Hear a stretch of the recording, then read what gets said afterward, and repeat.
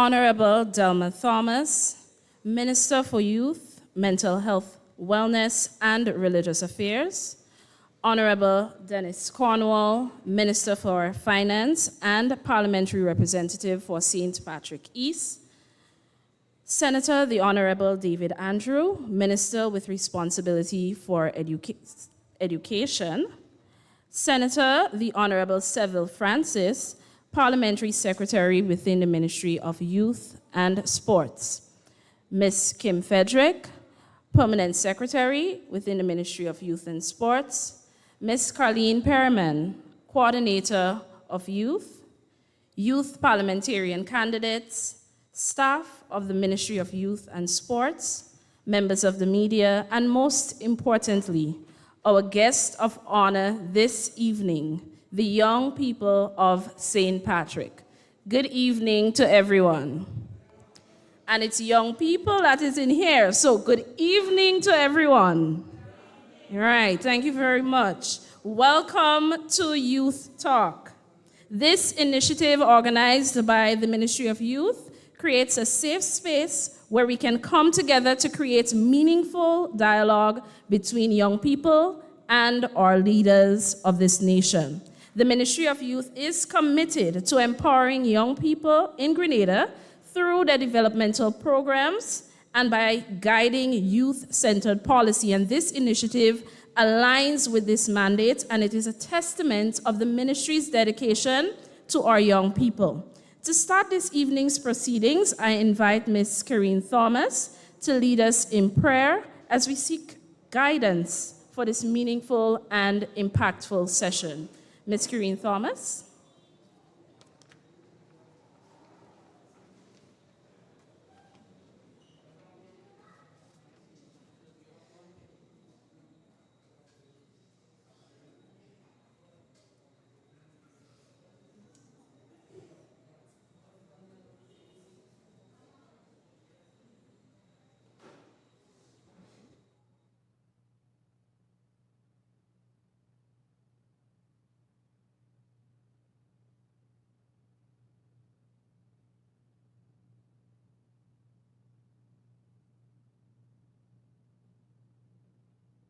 Good night, everyone. Let's all stand for a word of prayer.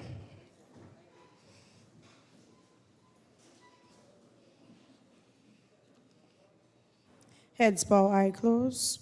Our most kind and ever-loving Father, we want to thank you for the opportunity of being here tonight. We want to thank you for allowing the youths here to come out and to show support, dear God, as they give their views on different matters that is affecting them. We want to thank you for spared life so that we can be here tonight. I ask that whatever is transpired here, that we would gain knowledge from it, dear God, and that we would, Lord, help each and every one of us that we may do things in a right and orderly manner, dear God, so that we can get something from tonight. Reach each and every one of us here, guide us, and help us that we may have a meaningful night. Is my prayer in your name. Amen.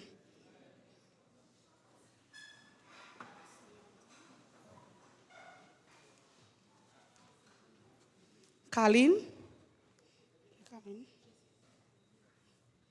All right, so we'll have a short praise and worship session. As our first song tonight, we are going to sing We Are Together Again. All right, so you can sing along. We are together again, just praising the Lord. We are together again, in one accord. Something good is going to happen. Something good is in store. We are together again, just praising the Lord. Jesus is my deliverer. Jesus is my deliverer. Jesus is my deliverer. I know he delivers me. How do you know? How do you know he delivers? How do you know he delivers?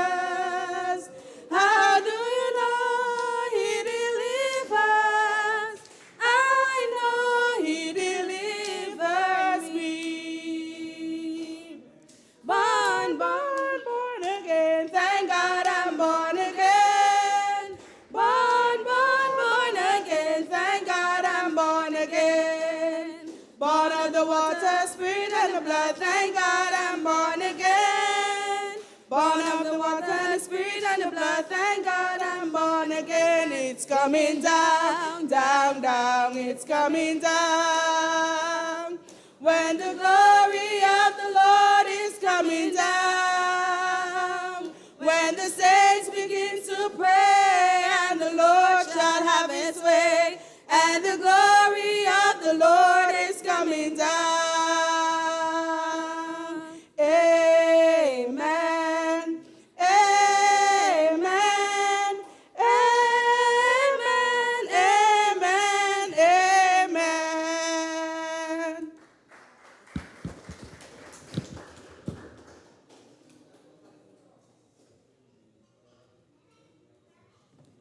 Thank you so much, Karine and Carlene, for leading us in prayer and worship. So I hope that would have awakened us a little bit more.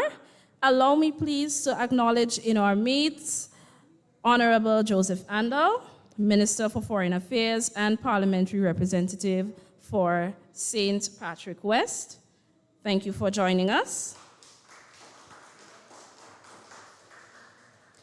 At this time, I invite you to please stand as we ask Mr. Jelani Moses to perform for us the national anthem. Please stand.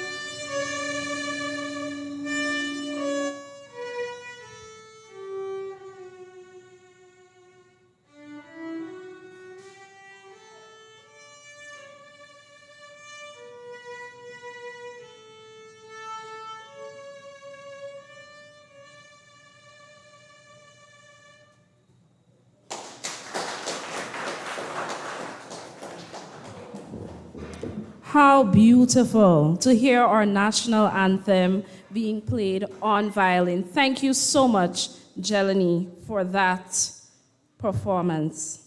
At this time, we are going to invite Miss Zinzi Noel, our St. Patrick West Youth candidate, to deliver the official welcome.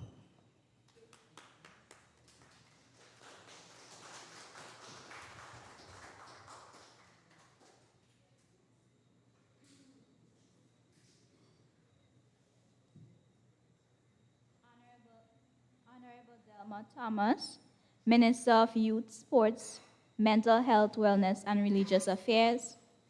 Honorable Joseph Andal, Parliamentary Representative for St. Patrick West. Senator the Honorable David Andrew, with responsibility for education. Honorable Dennis Cornwall, Parliamentary Representative for St. Patrick East. Senator the Honorable Civil Francis, Parliamentary Secretary in the Division of Youth within the Ministry of Youth and Sports. Ms. Kim Frederick, Permanent Secretary in the Ministry of Youth and Sports. Ms. Colleen Perryman, Coordinator of Youth within the Ministry of Youth and Sports. Distinguished guests, members of the community, and most importantly, our vibrant young people of St. Patrick. Good evening and welcome to all. It's truly inspiring to see many of you here tonight for this first St. Patrick's Youth Talk. Tonight isn't just another meeting, it's a space that belongs to you. A place for your voices to be heard, your concerns to be shared, and your ideas to be put forward. We're gathered here to create a platform that ensures young people like you, like us, are not just bystanders in the conversation about our future, but we are the drivers of it. We believe that real change starts from the ground up, from the hearts of the communities, and from the insights and visions of the youth. Tonight, we're here to discuss issues that impact each and every one of us. This is a safe, open space to raise the topics that matter to you. We have leaders present who are ready to listen, to understand, and to help build a St. Patrick that reflects the dreams and aspirations of its young people. So as we gather this evening, I want to extend the warmest welcome to each and every one of you. Together, let's make this a meaningful evening of sharing, listening, and connecting. Welcome, and thank you all for being here.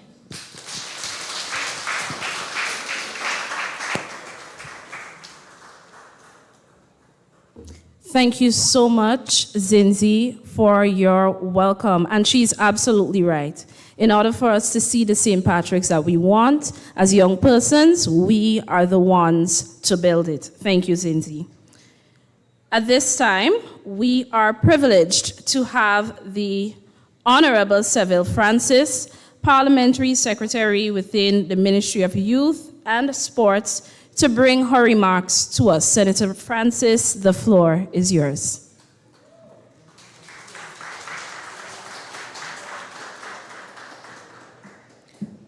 Thank you, Madam Moderator. Pleasant evening to St. Patrick. Allow me to recognize my colleagues on the head table, Honorable Delma Thomas, Minister for Youth and Sports, Honorable Joseph Andal, Minister for Foreign Affairs, Trade, and Exports, Honorable Dennis Cornwall, Minister with responsibility for finance, Honorable David Andrew, Minister with responsibility for education, PS, Frederick, Mrs. Andal, Ms. Perryman, and other staff of the Ministry of Youth and Sports, Media, and Persons Online. It is, as mentioned by the moderator, indeed an honor to be in my hometown, in my backyard, in my parish, to address you as the Parliamentary Secretary within the Ministry of Youth and Sports. Tonight's youth talk for me is rather significant because I get to hear firsthand some of the challenges, concerns, recommendations that you, the people of my parish, are faced with, and some of the things that you would like to see addressed. We are fortunate to have both reps with us, including our minister, and that speaks volume. After Zinzi's presentation and her welcome, I think she has encapsulated exactly what it is that I wanted to say to you. In terms of the opportunity that you have tonight, it is not something that you should take for granted. If you look at the front, you're going to see that we have people with pen and paper, even at the head table. It means that we are taking notes. This is not just another event, another talk, but the information that we gather here tonight will be used to help shape the policy, the programs, the projects that you will be afforded. So you are pretty much helping us to help you. I say this, I've said this before, and I'm going to say it here again tonight. The future of our country is now. You are our future that begins now. I don't want you to think of the future as tomorrow or next year or some far-fetched time. Every opportunity for you to build your future and the future of this country starts now. So take advantage of this opportunity. Make the best of it. Ask all the questions that you can. Even after we're finished, if you have questions, you can ask, and we'll try our best to facilitate them and provide you with the answer and information that you need. So thank you so much for coming out here tonight, showing up. To the men in the audience, I love to see that you've turned out in your numbers. To the females. We know sometimes that the men stay at the back, so it is commendable to see so many of you here tonight. Yeah. And I have said that at all the Youth Talk series that we've had before, so it will be very unfair to my St. Patrick people if I did not remind you of this quote that I live by that helps to guide me as I serve the Ministry of Youth and Sports nationally.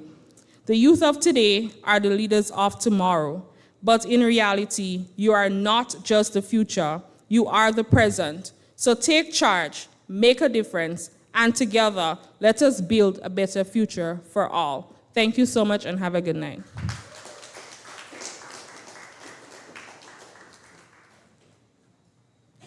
Thank you for your encouraging words, Senator Francis. And I do hope, bit by bit, as you get those encouraging words, we don't just listen and then leave. We actually take those motivational words and put it into action.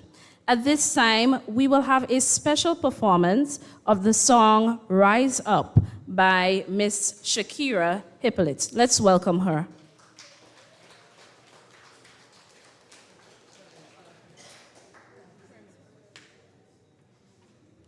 Please stand as we welcome the Prime Minister of Grenada, Carriacou and Petite Martinique, Honorable Deacon Mitchell.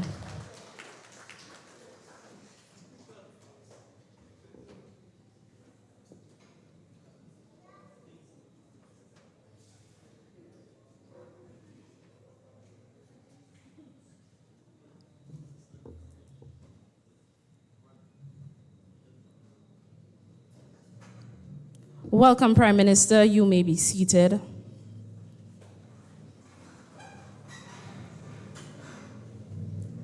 And now we will have the special performance by Miss Shakira Hippolyte. Let's welcome her again.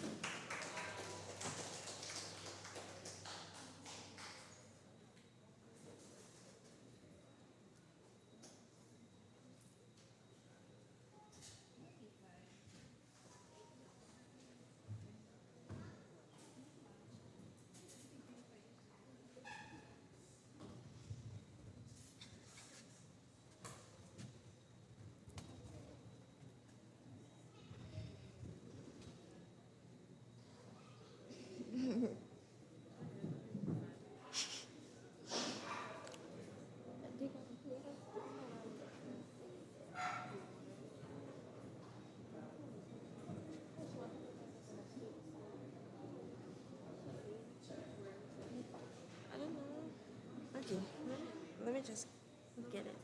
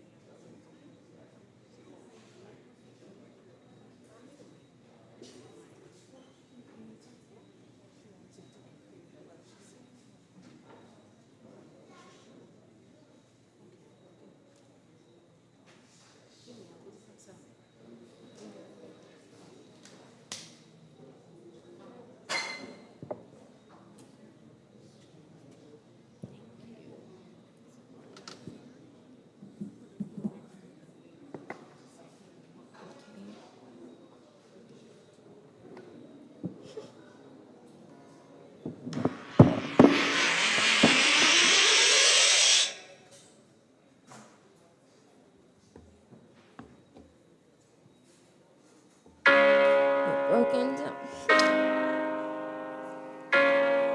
Living life on a merry-go-round, and you can find a fighter, but I see it in you, so we gon' work it out and move mountains. We gon' work it out and move mountains. And I'll rise up, I'll rise like the day. I'll rise up, I'll rise unafraid. I'll rise up, and I'll do it 1,000 times again. And I'll rise up, high like the waves. I'll rise up in spite of the ache. I'll rise up and I'll do it 1,000 times again. For you, for you, for you, for you.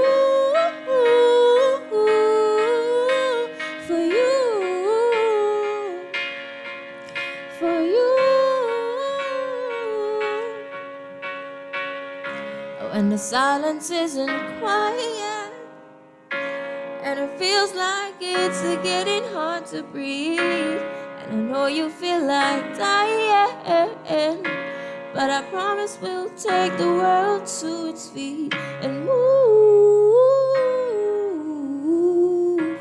mountains, bring it to its feet and move mountains. And I'll rise up, I'll rise like the day. I'll rise up, I'll rise unafraid. I'll rise up and I'll do it 1,000 times again. And for you,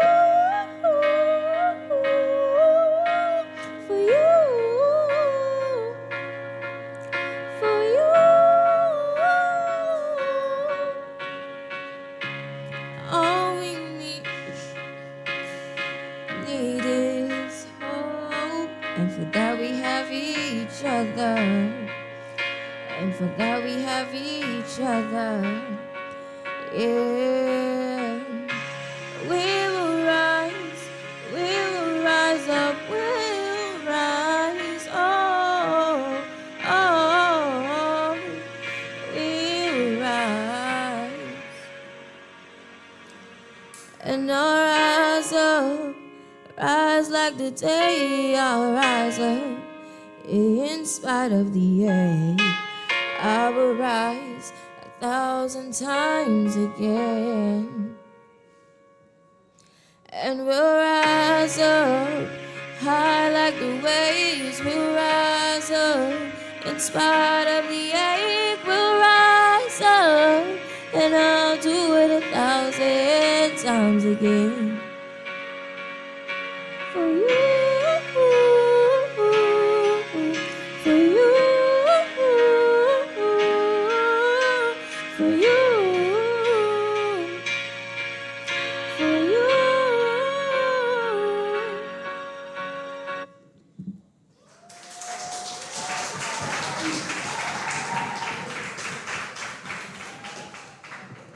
Do you know the bravery it takes just to come up here with this crowd, plus the knowledge that there are thousands others looking? Let's give her another round of applause.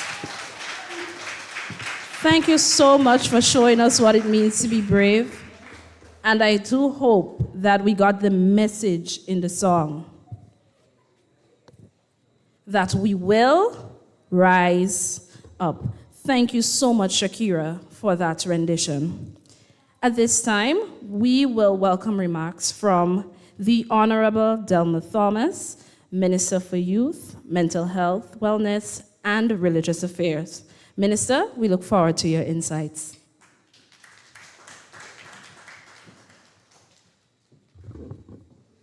Prime Minister of Grenada, Honorable Deacon Mitchell, Parliamentary Representative for St. Patrick West, and Minister of Foreign Affairs, Mr. Joseph Andal, Parliamentary Representative for St. Patrick East and Minister of Finance, Mr. Denise Cornwall,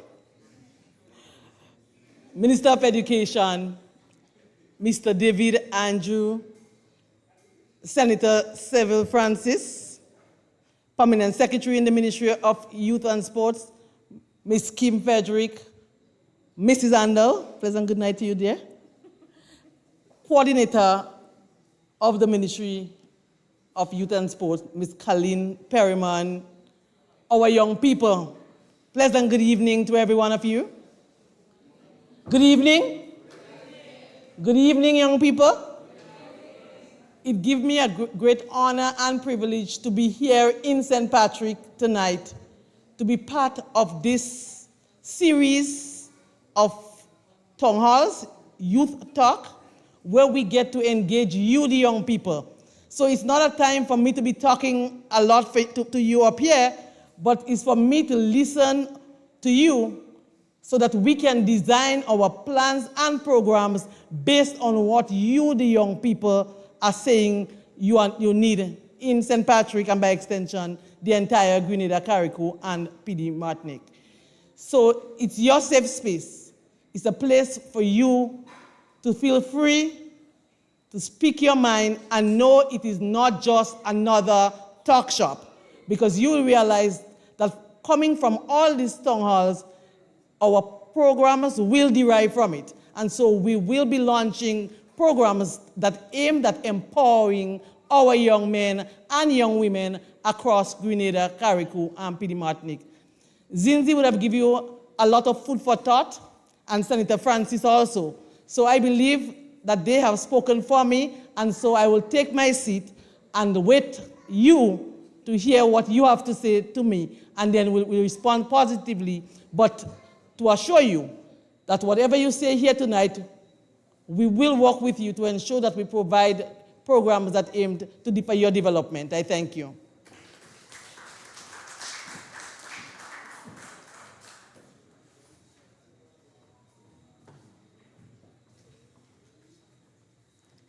Thank you so much, Minister.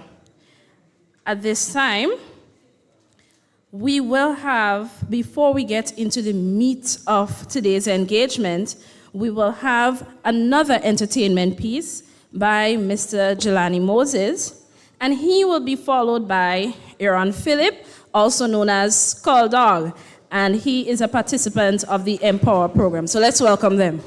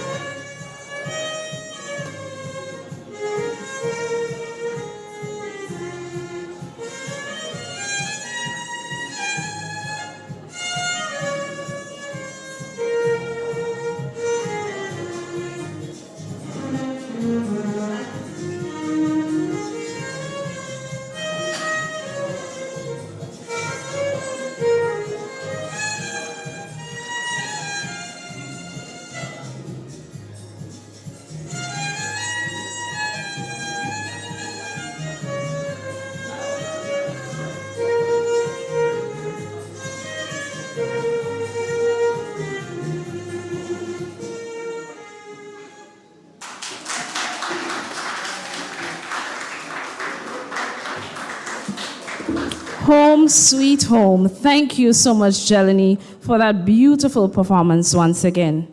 We have a slight change in the program, and at this time, we are going to speak of a mandate that the Ministry of Youth is committed to, and that is giving young people a voice. They do this through initiatives like this, but as well as through the Youth Parliament program. One of the key ways they do that, starting from the primary school level right up through the parish and national level, giving young persons an opportunity to speak on issues of national importance.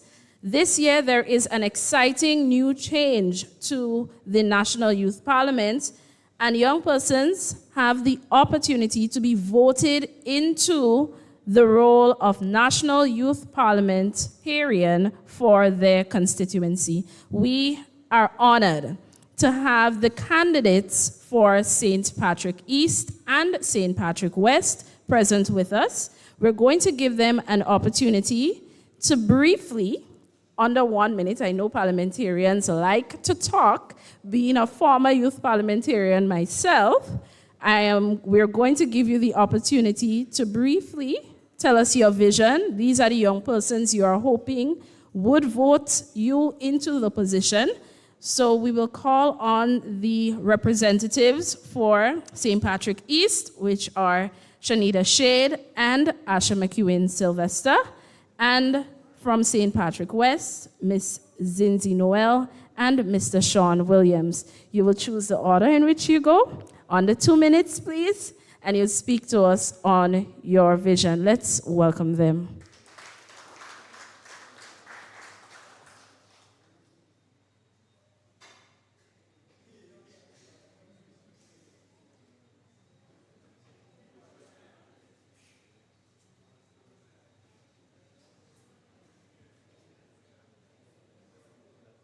Pleasant afternoon, everyone. Evening, sorry. Thank you, Senator. I am Mrs. Asha Laslin Kinter McEwen Sylvester, and I am your Youth Parliament candidate for St. Patrick's East. In this capacity, I represent a slogan that states, empowering young people, unleashing our, not your, but our potential, and embracing our destiny. My areas of interest include youth participation and leadership, healthcare, and the education of our nation's youth. And I speak about education in my capacity as an educator and a lifelong learner. I am actively involved in the uniformed clubs of the Grenada Seventh-day Adventist Conference and the Mount Rose Project Incorporated, and of course, the National Youth Parliament. It is my pleasure to present this call of action to you. You have the power. It is your vote, it is your voice, and I encourage you, the youths of St. Patrick's East and West, to make the right choice. And I must give special commendations. It is a must, for me especially, to give special commendations to the youths here this afternoon who I am familiar with, especially Miss Nadia, otherwise known as Shakira. I know you might have been nervous, but it was a pleasure listening to you this afternoon. Thank you for having me. Do have a wonderful afternoon.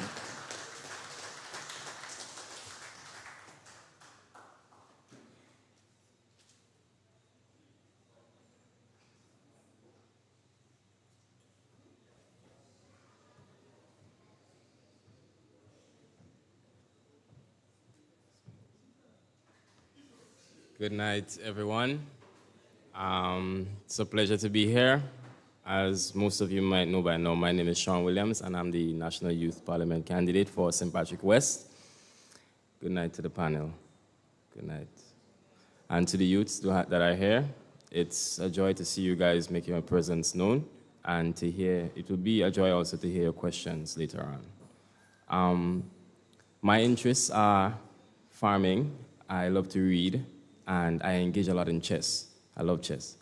And my areas of focus for my campaign will be youth in agriculture primarily, and also it would include healthcare, and it would also include something along the lines of voting at 16. So you would hear more about it in my manifesto. My manifesto will be revealed in the upcoming week, so you would hear more on that. So I know it would be a very proliferating debate, so I can't wait to hear that.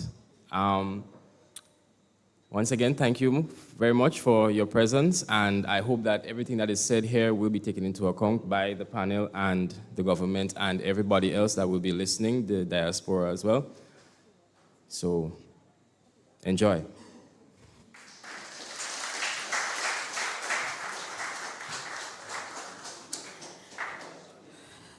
Good night, everybody. Good night to the youths. For those who know and those who don't know, my name is Shanita Shade, and I am one of your candidates for St. Patrick East. Now, I want to help you inspire. I want to inspire you, your dreams, your goals. I'm here for you. I want to be your voice. I want to activate on your dreams and aspirations for the future. Some of the things I am interested in is community togetherness and development, and most importantly, mental health of the youth.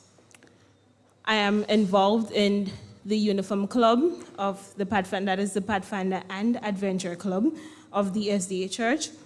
I am an active member of the Youth Parliament, and I also take part in netball. I'm a part of the Riverside Netball Association. Now, I am calling you to put your voice. I know you want, I am here, I want to help you move forward, dream, and rise up. So I'm asking you to go there on December 8th. You just have to click a button and vote. Yes. Oh, is that it? Sorry. December 5th. Thank you.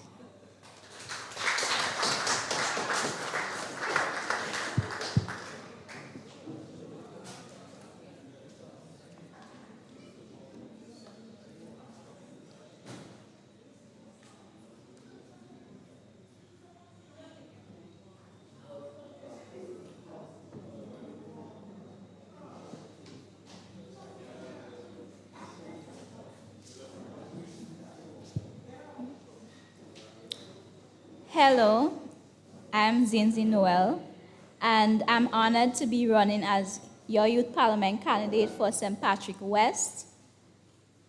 As an advocate, youth leader, and founding member of Advocacy Grenada, Inc., I'm passionate about creating opportunities for all, especially for persons with disabilities and marginalized communities. I believe in building a future where everyone has a voice and a chance to succeed. With a background in public relations, community service, and youth engagement, I am committed to representing our unique needs and making a positive impact for St. Patrick West. Let's work together for a more inclusive and empowered community. And as my campaign slogan states, every voice counts, every barrier breaks. Thank you.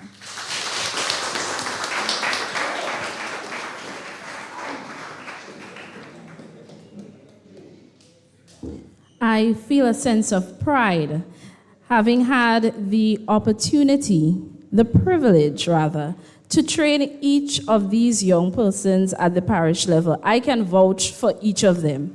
Anyone you decide to put your vote for, they will do what is absolutely necessary for the young persons in St. Patrick. Let's give them a round of applause again.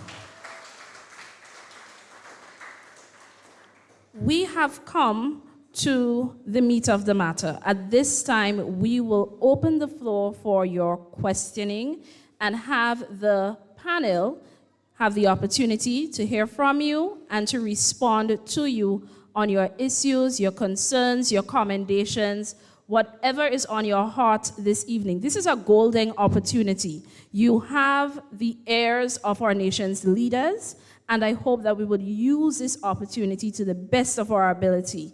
The mic can be found in the center of the room, not so centered, but at the middle of the room, towards the front, the middle front.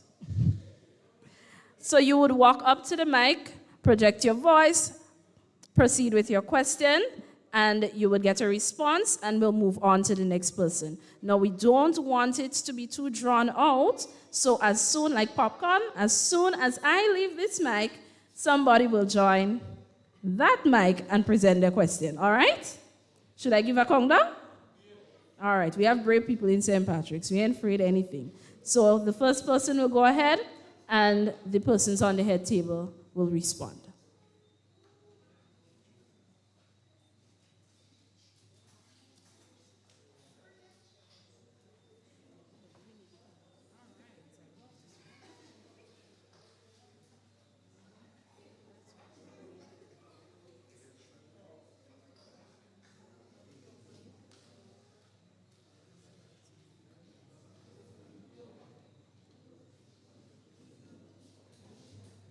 All right, well, you're in a school, so you have to call on someone if no one is going to volunteer.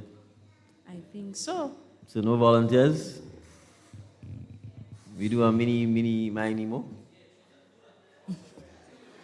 All right, well, the gentleman in the white t-shirt with the nice beads and the almost style-free hairstyle. Mm-hmm. Let's hear you.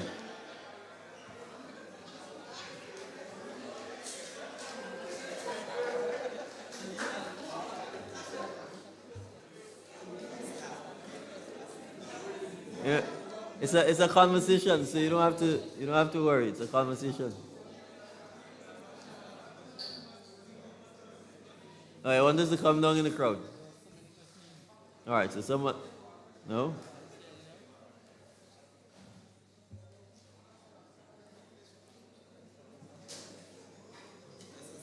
Yeah, he's coming, man. He's coming.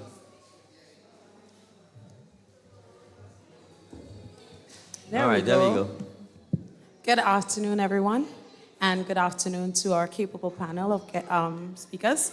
So this question comes from my constituency, more specifically from youthful teachers in my constituency, in regards to the revamping of the payment system. Like when teachers enter the system, it has been customary for them to receive payment after 3 months. So the question was, what is the reason and what is the future plans for that?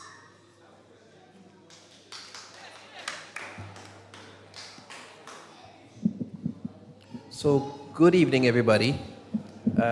Thank you very much for that question and the opportunity to share.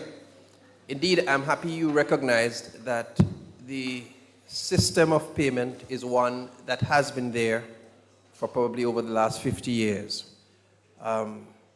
We acknowledge, though, that teachers having to wait 3 months for payment is not the ideal situation.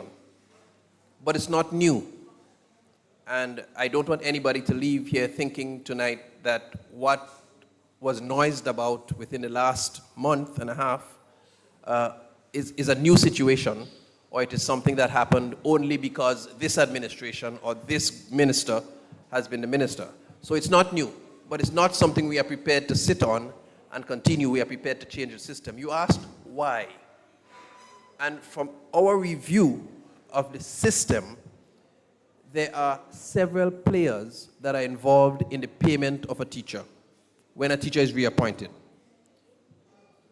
In fact, for temporary teachers who have to get reappointed, it starts with the principals in the schools doing the appraisal documents, which is a requirement for the Public Service Commission that does the appointment, to say yay or nay.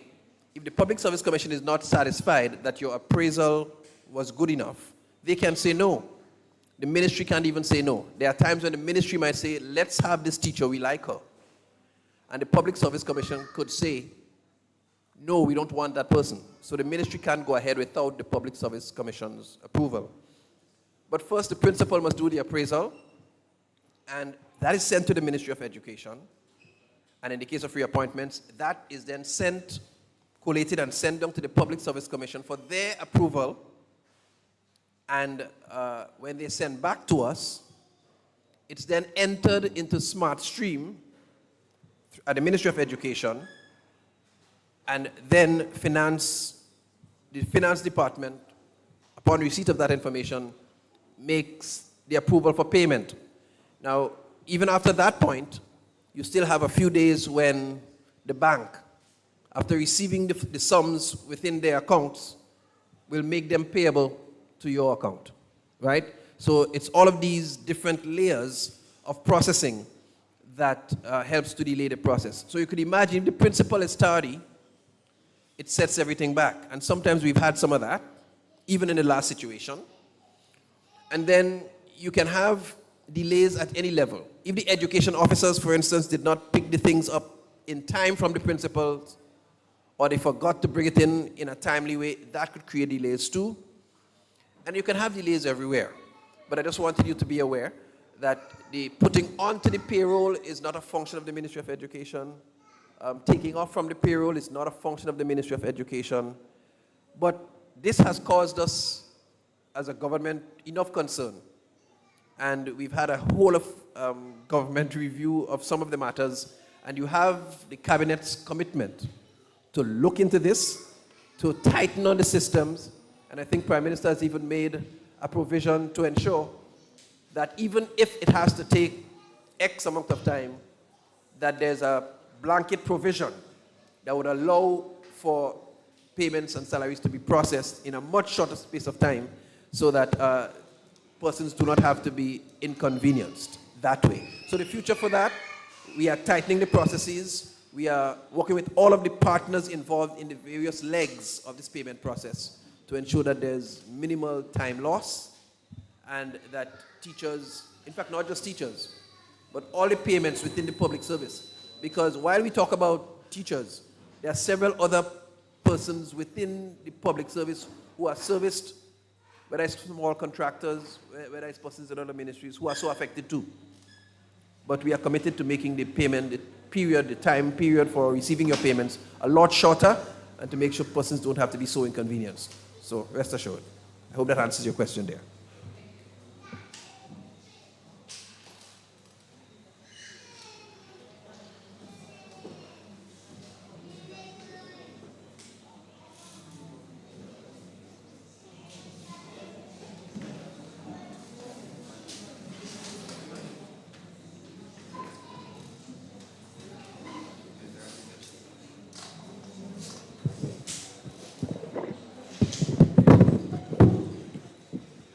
Good night, everybody.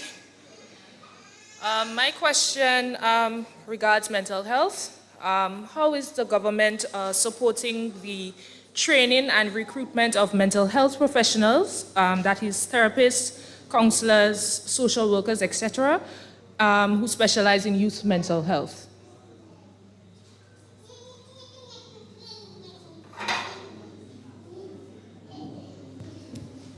Good evening. So, good question, because as you are aware, government is prioritizing mental health because we appreciate that there's no health without mental health. And so we have had a number of training already for people already in the system. So our first responders, we had police for the police officers, for nurses, we also faith-based organization. But we are now in the budget process, and so we are looking to provide assistance to train people in the specialized area. So it will be our priority in terms of providing support, scholarships, and that also includes staff who are already working at, within mental health to ensure that they have the proper training and the skills to carry out those duties. So we will be providing more scholarships and more assistance for people in the mental health who are interested in mental health as a profession. Allow me to add, along with my colleague, Minister, I want to say to us that there are several existing provisions for mental health, even in our education system. The Ministry of Education, for instance, has a student support services unit that is staffed with persons trained in psychology and the behavioral sciences, and they are trained in additional modalities for intervention within our school systems. Now, I want us to understand mental health is not something that just drops down as a problem from nowhere for you.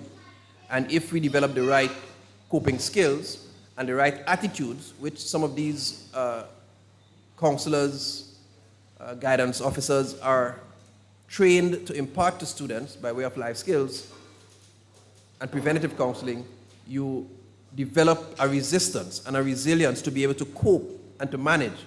Now, when you run away from those things, you become a lot more susceptible. So I want us to embrace that that already exists. And even I know at social development, there is a psychosocial unit at the social development ministry. So when persons are exposed to trauma, whether there is a fire or there's some kind of traumatic experience in a community, the Ministry of Social Development assists in providing psychological relief for persons there. So the system already has that. We continue to support students who go to SGU to get their first degrees in psychology. Every year, there's a certain number of students who get scholarships to do master's degrees, and sometimes some of them are in clinical and community psychology at St. George's University.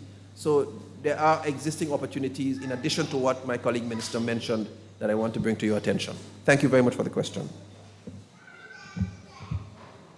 Allow me to add to the response.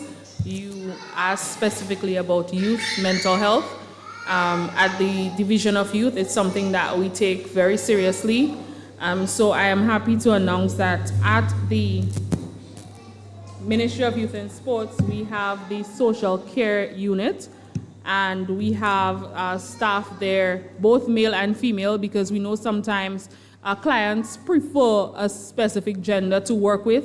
So we're fortunate to have both male and female staff at the social care unit that is located at the Youth Center in Montrouge. And currently we have our staff there in Carriacou supporting what is happening up there, as we know, with the passage of Beryl. Yeah. We also have we have training in mental health and first aid for over 5 staff at the from the Division of Youth. So that is one of the things that the unit is doing to ensure that youth mental health is prioritized, because I don't think we should take for granted how saturated the other divisions may be as they serve the rest of the country. So we have to ensure that our young people have that direct support that they need. We have over 40 clients at the social care unit, right? So it's, I guess, as much, it's something that you can spread the word about, because it is there, it is functional, and we are serving our young people as best as we can. There we provide counseling, pastoral care, and we also do referrals if it's a case that where we're not able at the social care unit to handle. Then we have that relationship with other providers where we can do referrals to ensure that our young people get the care and support that they need as it relates to their mental health.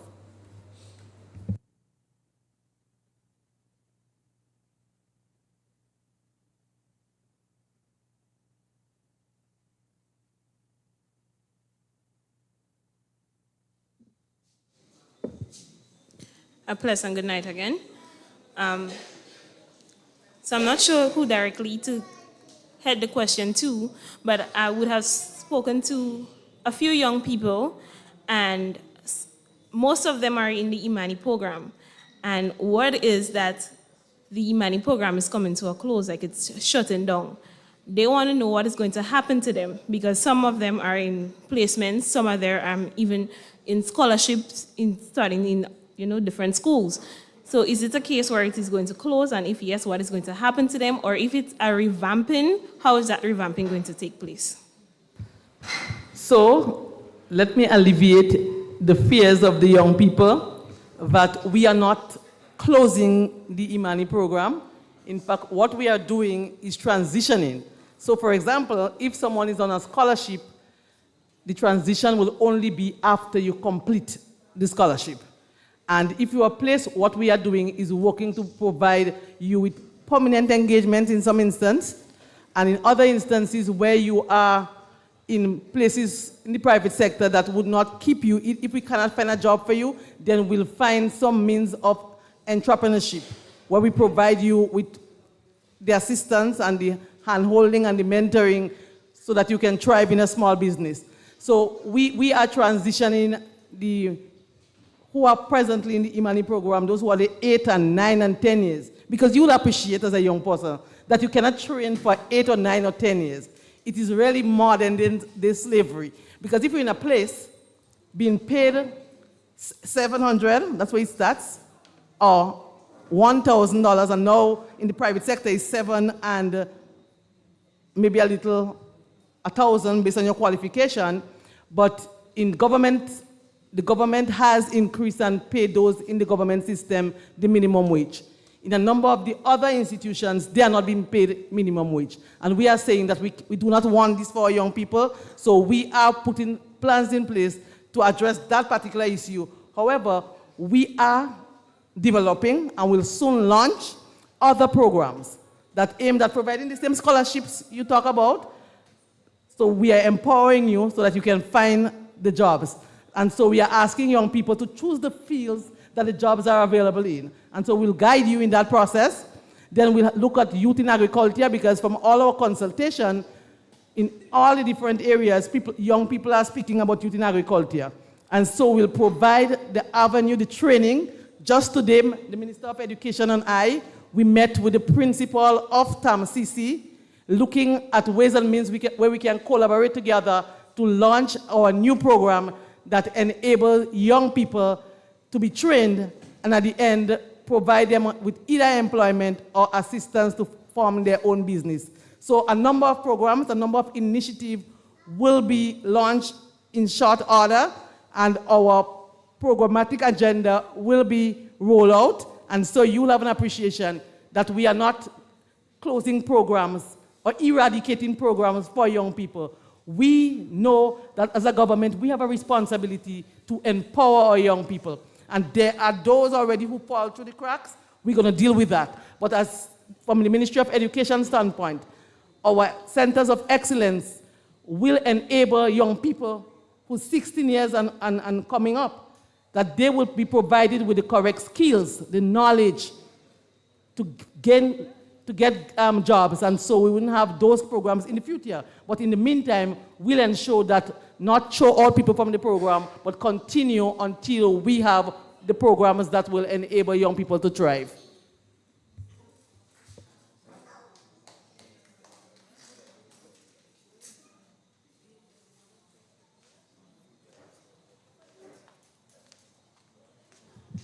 A pleasant good night. My question is directed to Senator Francis. Now, with regards to the Skills Institute Development Center that is located in Montreat, St. Patrick, please give us some insights on that, and also how people like myself and others can, benefit from a cottage like that.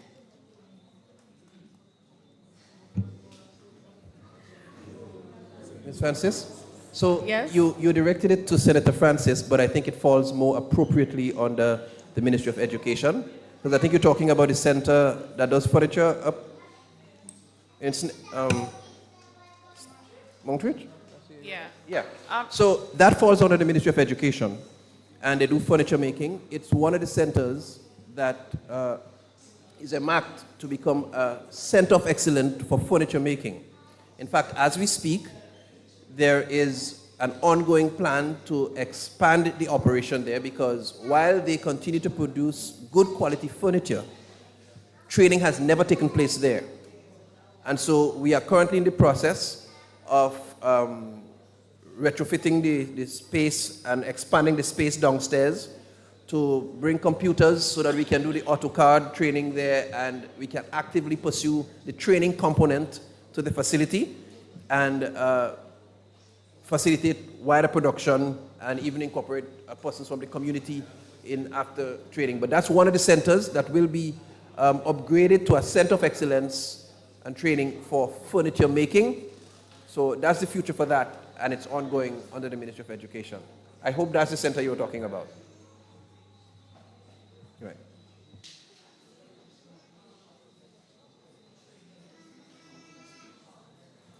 If I just may add, I know you directed the question to me, one, because I am from the community, and so I think it's unfair to not respond. Just to add to what Minister Andrew said, in fact,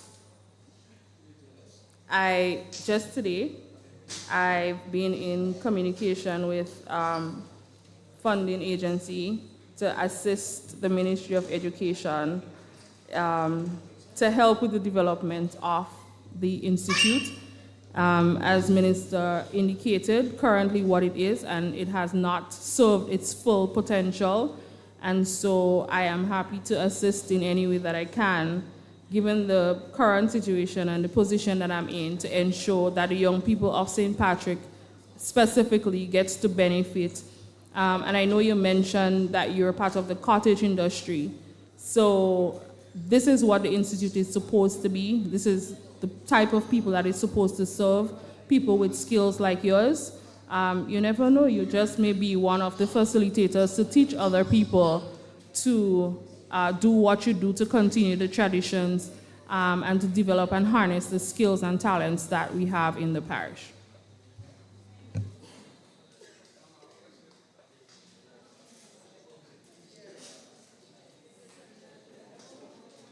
And again, I'm back to share the concerns of capable persons within the constituency. Many young people, so I'm reading it out as I would have received it. Many young people with disabilities struggle to find employment due to a lack of inclusive hiring practices. What initiatives are in place or can be introduced to encourage local businesses to provide more accessible job opportunities for persons with disabilities?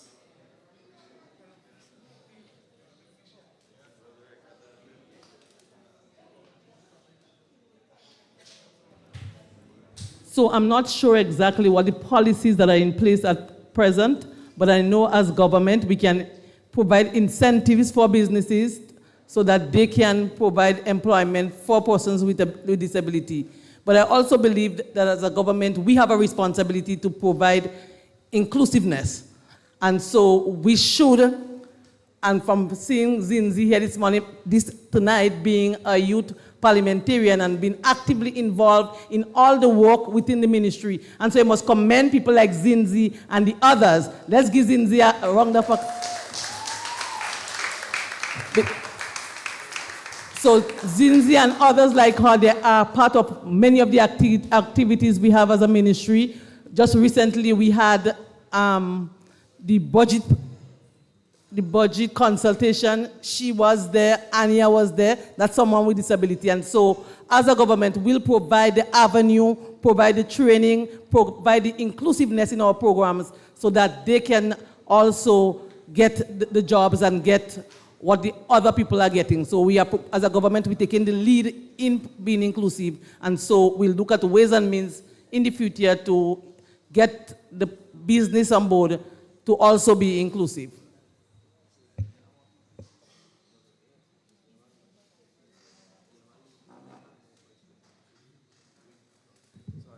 I want to help contribute to the conversation. I mean, outside of, the mindset is that we always want someone to hire us or employ us. We don't always have to take the approach of what can we do to get businesses to provide better opportunities for people with disabilities. We can also take the approach of what can we do to allow persons with disabilities to organize themselves in such a way that they create employment for themselves and for others. So I can give an example. There's someone with a disability who does a shoe repair making business in Grenada. In Quarantine, he lives actually. He's missing one leg. And he's actually said to me he would be happy to train other persons with disability to do the service. And I asked him why only people with disability? And he said because the people with who don't have the disability, they don't stick around. They don't have the patience for doing what he did. And he actually pointed and he said, you see, the youth men around are hustling. They want a quick money. They don't have the patience to sit here like I do and learn the craft of shoe repair and shoemaking. And there's definitely a need for that in Grenada because there aren't a lot of shoe repair personnel around the island. And if we don't train people in it, then to a large extent the skill would be lost and it would die. So I think one of the things we certainly can look at as a government, and there are examples of it, for example, where persons who are vision impaired would make a lot of the straw and mat type stuff in St. George and in other parts of the country. So we think there might be a good opportunity for us to assist persons with disability to actually form cooperatives and work together and actually learn the skills that disability may allow them to be very good at, so that they don't have to actually depend on someone else trying to hire them, because oftentimes people are either too impatient or don't want to alter their business environment to suit the challenges they have. So I think that's one of the things from a policy point of view we can certainly review and deal with. And then just to be a bit more inclusive, even for persons who are hearing impaired and so on, we've spent some time at the School for the Deaf. They've raised with us some of the concerns they have, for example, like making sure that there's someone who can do sign language when we're having important government events so that they can understand what is taking place, whether it's a town hall or parliament or budget debates and so on, or when you have regional conferences and so on. We've started looking at that very deliberately. So part of it is actually writing down the policies to make sure that we're more inclusive in terms of even buildings. I just came from a community center that we opened in St. David's this evening. And it's the first community center that I could say we consciously built with wheelchair access and a bathroom that can a bathroom that has both a bathroom and a toilet that can facilitate someone on a wheelchair. So I'm saying just making sure that persons with disability draw those things to our attention so that we can institutionalize them in policies is important. So now it means if Zinzi came to Old West Hall, she doesn't have to worry about her wheelchair access. The wheelchair can go straight into the bathroom. There's railings and everything there to ensure that it's more accessible. And it was actually the contractor who brought that to our attention. So I think that's a good thing he did so. And those are some of the things that we have to make sure we become very systematic across to make sure all public buildings and so on have access, to make sure we have persons who can do sign language and we can teach sign language to other persons to help. And then just to help support persons who have physical or other type of disabilities to perhaps work closer together so that they can get better job opportunities. So thank you for the question.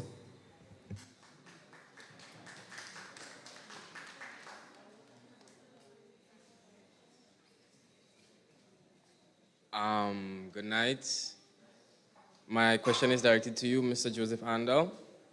I don't want you to feel left out. So would you mind explaining your role and in terms of relation to the youth of Grenada?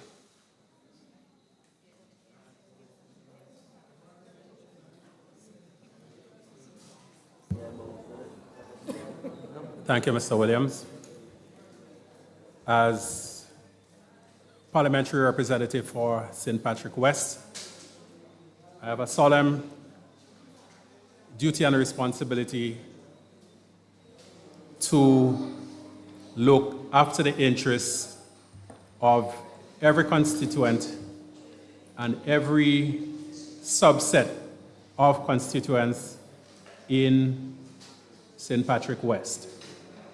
So, recognizing that young people are the biggest segment of our population, it is important that I work along with youth organizations, community organizations, and importantly, within the Cabinet of Grenada to ensure that proper policies and programs are in place to address the myriad concerns that our young people have to grapple with. In my portfolio as Minister of Foreign Affairs, I get the opportunity to interact frequently and directly with foreign governments and international organizations and I always ensure that I advocate for training and educational opportunities for young people. In the area of sport, for example, one of the very first things that I did as MP was to ensure that all of the primary schools in St. Patrick, both East and West, and we even included Samaritan Presbyterian School in St. Mark, were fully equipped with football and cricket uniforms for boys and girls. We're in the process of renovating the community centers. We have almost completed the one in Monkridge, as well as the one in Chantemelle, and we hope that they will be not simply a place to have meetings or social events, but where young people can go and be trained, can have skills imparted so that they can become more valuable to themselves and to society. So yes, my responsibility is a serious one, and I look forward to continuing to work with young people throughout the constituency and the parish to help you realize your dreams and aspirations.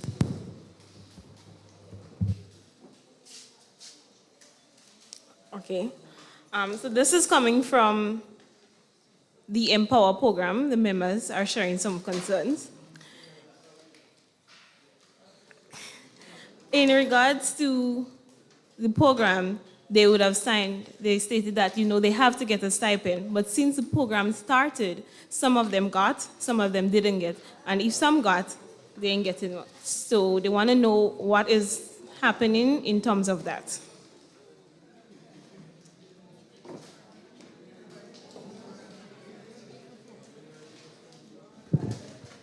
All right, so good evening, everyone.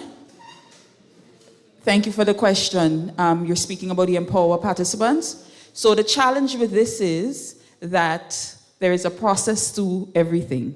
The young men need NIS cards, they need bank accounts, etc. And there's a whole system similar to what Minister Andrew explained with the teachers, etc. Some of the young men did not have all the prerequisite requirement, so it took a while to verify, to get that done. So all the payments are going to be had. Nobody is going to be left behind. If it's a little bit late, there will be retroactive payment for persons who are late. Yeah? Thank you.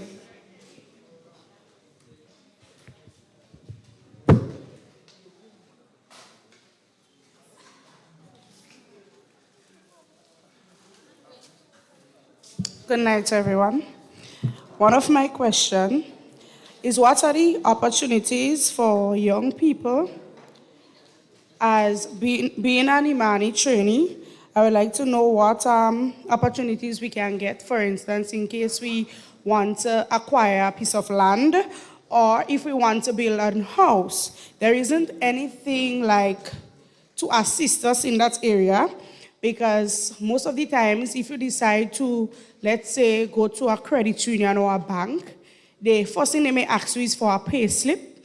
And when you give them one stating that you're an Imani, most of the time they will tell you that you cannot access it, or that you have to have somebody to co-sign for you. And that is one of the challenges, because we are young people, we don't expect to stay like that. We want to build a family, we would want to get a house, So I want to know, what opportunity is there for us as, financially, if there is somewhere we could access finance and maybe it be deducted from our salary when it comes. But I would like to know what is in place for us. So that's right, there is a problem when you train over and over and over. Because if you started to train at age 20 and you completed at age 22, then you will not be asking about land and house, because you will be transitioning in a way that you'll find gainful employment. And so as a government, that is the reason why we are saying that we are looking to transition trainees from training to what you would call permanent employment. And when you are permanently employed, then the bank will give you the financial assistance. But as a government, we are looking to ensure that in our policy that we cater for young people. So we will look at ways and means we have Project 500, so we will look at ways and means we can have some avenue where young people can access and get house and land, but I mean, where you can pay through deductions or so. But the bigger picture is that Imani should not be a training forever where you cannot get no financial assistance from the bank, credit union, or financial institutions. Well, I like what you said, right? And for me, I'm not an Imani, maybe because of my choice, right? So I'm been in Imani for like over the past 5 years. During that time, I graduated with 7 CXC subjects. I acquired more. Currently, I'm doing OA and POB. I like business and so on, right? And I've been a trainee. I started off as a librarian. I transitioned to grade 3, then I went to grade 6 for 2 years, and then I went to grade 1 as a qualified teacher, so 2 at a primary school, teaching on my own for a period of time. So I have the qualifications to become a teacher, but I guess maybe the procedure or whatever. So I went as a qualified teacher at a particular time, and after that, I was placed back as an Imani. So it's not like I'm there.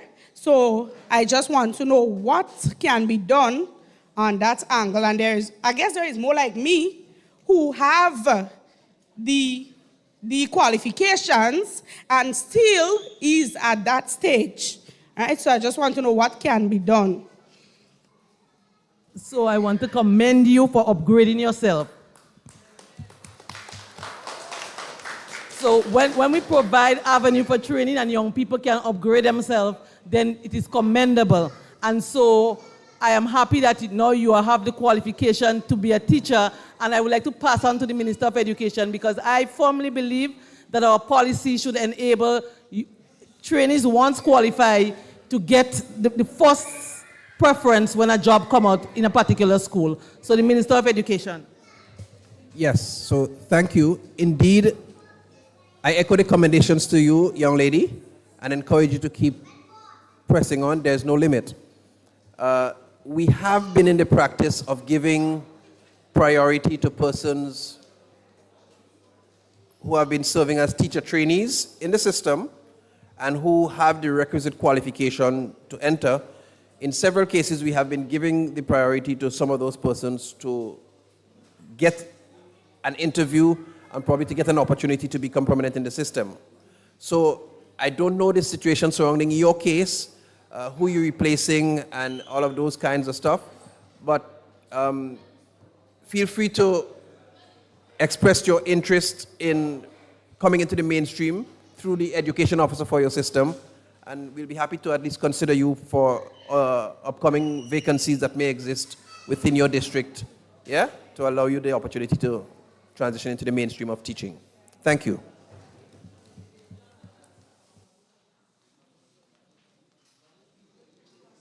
Good night again. I have 3 questions. The first one, what are the plans for TAMCC specifically with regards to vocational training? So thank you. There are several plans for the Theophilus Albert Marisho Community College. As you would appreciate, TAMCC is probably the single most important institution for transforming the educational landscape in Grenada when it comes to career, when it comes to skills and vocation across the country. It's our premier institution, and there are quite a lot of discussion being undertaken at the level of the college council and with the principal. Colleague Minister mentioned this morning that we were in touch with the principal of TAMCC, visiting the Maribor campus with a view to resuscitating the agriculture program there as part of the TAMCC. Also to have a center of excellence in Carriacou that is centered around marine studies, boat building, fishing, and those things, because we understand how important that industry is to the livelihoods of persons in Carriacou and Petit Martinique. So there's the principal of TAMCC is due to make a visit to China also to look at partnerships with one of the universities there for improving the auto the auto mechanic program that they have. So several very key things are on the agenda for upgrading the technical and vocational programming at TAMCC, in keeping with many of the skill centers, the centers of excellence that we have as part of the overall plan and strategy for repositioning skills and technical education across Grenada. Thank you. Next question. Now, there are a lot of individuals with a practical part of bartending, but not theoretically. What can we do to change something like that? Right. So part of what we are doing to reposition skills is the establishment of centers of excellence. One of those that you will hear a lot more about in the coming year, in 2025, is the development of a hotel and tourism school. Right? So you talked about the practical, but no theory. We have experienced a challenge, as reported by persons in the industry, that they find it easy to find persons at the lower levels in the hospitality industry, but once you begin to go up to the supervisory levels and the managerial positions, they have to go outside. Now, we want to change that. And so there's a consensus to have a tourism and hospitality school in Grenada. We've already engaged many of the players, the Sandals and the Spice Island Beach Resort and the Chamber of Industry and Commerce, the Hotel and Tourism Authority. All of these players, we've pulled them together already in a preliminary discussion, and some recommendations were made. And that's why we can speak confidently that we are going to push into 2025, establishing and putting the framework for the Hotel and Tourism School, where we hope we'll be able to address these shortcomings that you allude to, and be able to create a more solid tourism product for the tourism and hospitality section. So persons with bartending and some of those skills, who have the practical skills, they can also get the theory, the supervisory strategies, the managerial techniques that would allow them to rise higher up throughout the tourism and hospitality industry through that medium. Thank you. Thank you. Lastly, what is the timeline for the end product of the Fonda playing field, being that sports season is right around the corner, and also what would be when the development for the lights at the Hermitage playing field will start?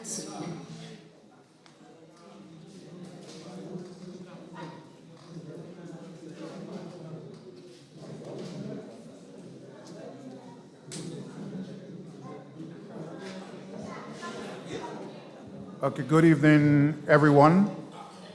And before I answer the question, let me say I'm very much elated to see the number of young people in here tonight. I think it's a good sign. And I want to make sure that we can give the youths of Grenada hope in terms of where they position themselves in the future. With respect to the fawn pasture, we know that some work had started, and it actually came to a halt at one point in time because there were some issues that needed to be sorted out. In fact, I raised the issue with the Minister of Sports, the MP for St. Patrick West, and the Prime Minister recently, and we are aware that sports in St. Patrick is going to be dependent on that playing field be in top shape to allow for the secondary school sporting event early next year, as well as the primary schools.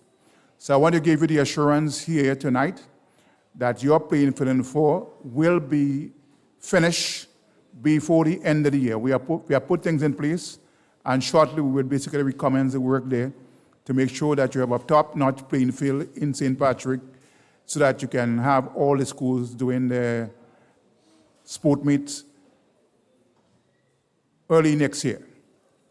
With regard to the Hermitage playing field, we do know that they've had lighting of that playing field before.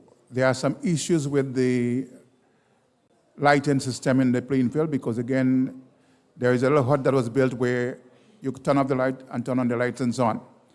But again, there are persons in the community basically who always seems to break into that system and do what they should not be doing. And we have commissioned Grenada several times to go there and look at the problem. And therefore, we will be making sure that that problem is fixed and that we encourage the community or the persons in the community to make sure they do not tamper with what is placed there. Because once you go in there and you tamper with what the electricians or the professionals have done, it could create problem for us. But we are going to make sure that we give you a proper lighting system there, but we also encourage you to take care of what we have placed there. A similar situation we've had in River Sally, Plainfield, some years back when we had lit that Plainfield. The wiring that was used was not the best wiring and so on. And so shortly afterwards, the lights came down. In other words, shut up and there were no lights for a period of time. We have actually went there and we make sure we commission new wiring, and currently the Plainfield is lit, and we can say that currently there are activities taking place at nights at the River Sally community at the moment. So therefore, there is no difficulty in making sure that we are able to provide the enabling environment so that persons in the community can be assisted with their physical activities. Thank you.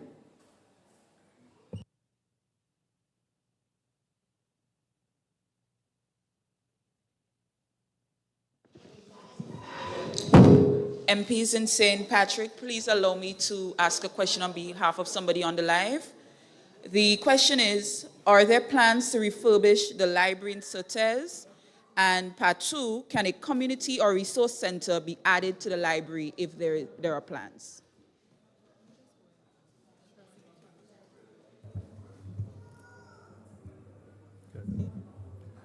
So currently, what used to be the library is, I'm looking for the right word, in a sort of nebulous situation in terms of use and occupation. However, we give you the commitment that we are fully on board with providing library and community services for Surtees and for St. Patrick as a whole. I've had a conversation with a particular gentleman regarding the use of that building, and we are going to have some follow-up so that we can come to an amicable and timely resolution of the matter. But apart from that building, there are other public buildings in St. Patrick that we are looking at, and we are trying to figure out the best use to put them to. Thank you for your question.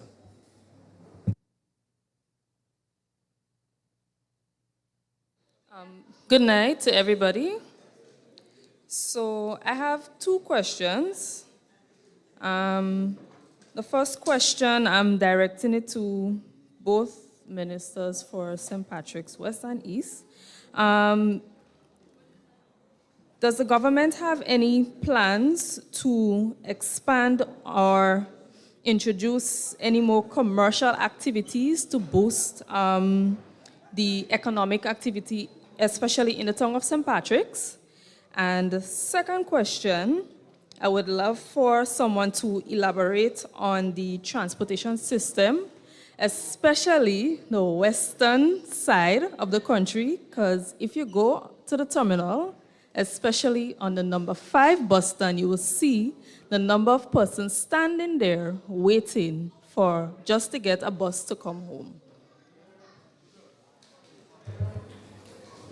Okay, with respect to the transportation system, I have here in the audience the minister responsible for transportation, so I'll actually ask him to respond to that particular question and plans that we have in place to make sure that we can service the parish of St. Patrick and the western part of Grenada. So PM, I yield to you to basically give some update on that particular question. Thank you.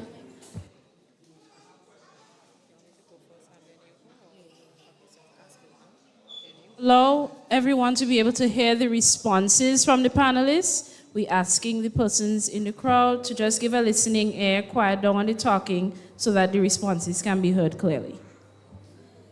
Okay, so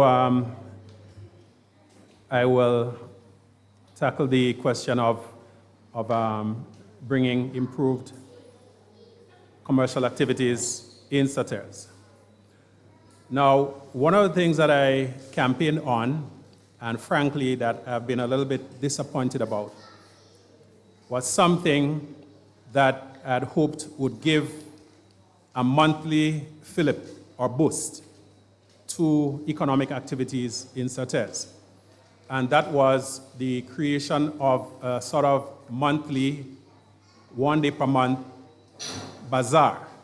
The idea was that for that one particular day, we would ask businesses to open in the afternoon, going into the evening and night, rather than in the morning. That we would work with the bus operators to provide shuttle services from strategic points, different parts of Grenada. That we'd also work with the providers of accommodation, bed and breakfast, hotels, Airbnb, people with spare rooms in their homes or unused buildings or apartments, so that they could provide discounted prices on that night or for a couple of nights around that period for people who live outside of the parish, to encourage them to come in. Minister Cornwall and I, in the true spirit of democracy, decided that rather than just coming to announce something and push it down people's throat, that we'd provide the opportunity for residents to give their 2 pence. We engaged widely with stakeholders, with the fisher folk, with youth, with sports enthusiasts, with environmental groups, with the business community, and so on. And we had a consultation, and unfortunately, I have to say it frankly, it was derailed by about 2 voices. Now, folks, this is very instructive. Democracy is very good, but it's also very fragile. And if the majority stays silent, you can have a vocal minority railroading the best of plans. We have not given up on that, but we are going to come back at it in a different guise, okay? So that's one thing that we are going to deal with. Something that is more medium and long term is the whole question of what do we do when the second phase of addressing the breakwater calamity gets underway. Again, in consultation with the residents, and just from a common sense point of view, everyone recognizes that it makes sense to not simply try to solve the problem of the coastal erosion, but to use that as an opportunity to create some physical space where added commercial and economic activities can be added to the Surtees and the greater St. Patrick landscape. We also have to look at the question of providing greater incentives for Grenadian businesses, but also foreign businesses to locate in St. Patrick, to invest in St. Patrick. And talking about foreign investment, just a couple miles up the road at Livera, that project, it's a CBI project, is finally off the ground and it's going ahead at full steam. Scores of local people have been employed, and we anticipate that as construction picks up, more and more people will be finding opportunities to gain employment at the site of the Livera Hotel and Golf Club. We have also, for example, brought back the Camerhorn Festival. Currently, we are looking at whether it should be done on a yearly basis or biannually. We are staging, from the point of view of the Ministry of Trade, buy local expos centered in and around Surtees. Now, we know that these are small events, but everything adds up in the end.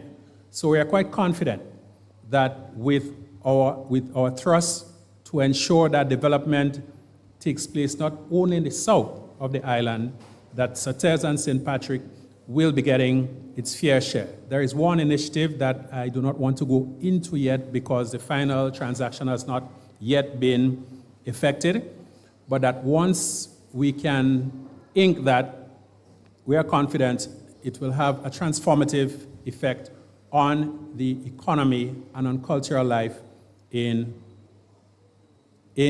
Sauteurs and St. Patrick. I don't know if my colleague would like to add something. Well, I also wish to add to what Honorable Joseph Andal has said. I know he mentioned the breakwater project that is an ongoing project in a sense because we have decided to remedy the problem that has taken place on the lower bay of St.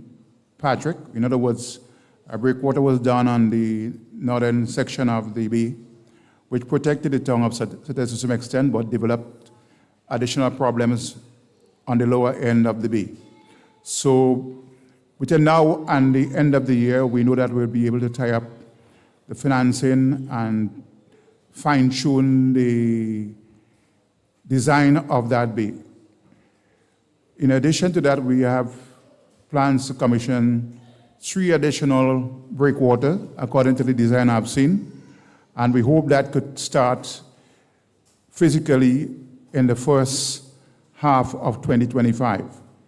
I know, having considered that, once the breakwater is in place, there might be opportunities for doing a number of things. I don't want to basically jump the gun right now and say to you, we're looking at additional consideration of bringing other commercial activities in St. Patrick, including, for example, allowing a proper jetty to be built to allow, for example, boats from Carrick or other areas to basically dock in St. Patrick. But as I said again, it's premature to basically give you details on that because we have not gone to that stage. In addition to that, Honorable Andal has spoken about the Grenada National Resort that is currently being constructed in Leverett. And again, I want to make a clarion call to all of our youths in Grenada, not only St. Patrick, to get yourself organized, trained in whatever area that would basically allow you to be able to be employed at that facility. We would need the bartenders, we would need the maids, we would need the accountants, we would need the managers of various sectors, we would need the persons who can work in the casinos and so on, whether it be in the so-called cage where the monies are being distributed to allow the patrons who want to gamble, they can do that there. But if you do not have yourself prepared for those activities, when they come on board, you may find yourself losing out. And again, I do not want to take the liberty and say that, well, the persons who are investing in a $2 billion hotel out there, they would need to find workers to ensure that they can run their business in an efficient manner. So the call is for our youths in Grenada to get themselves prepared, trained along the various areas to make sure that they can get employment when those facilities become available in 2027. Now you might say 27 is about practically 3 years away. Time flies.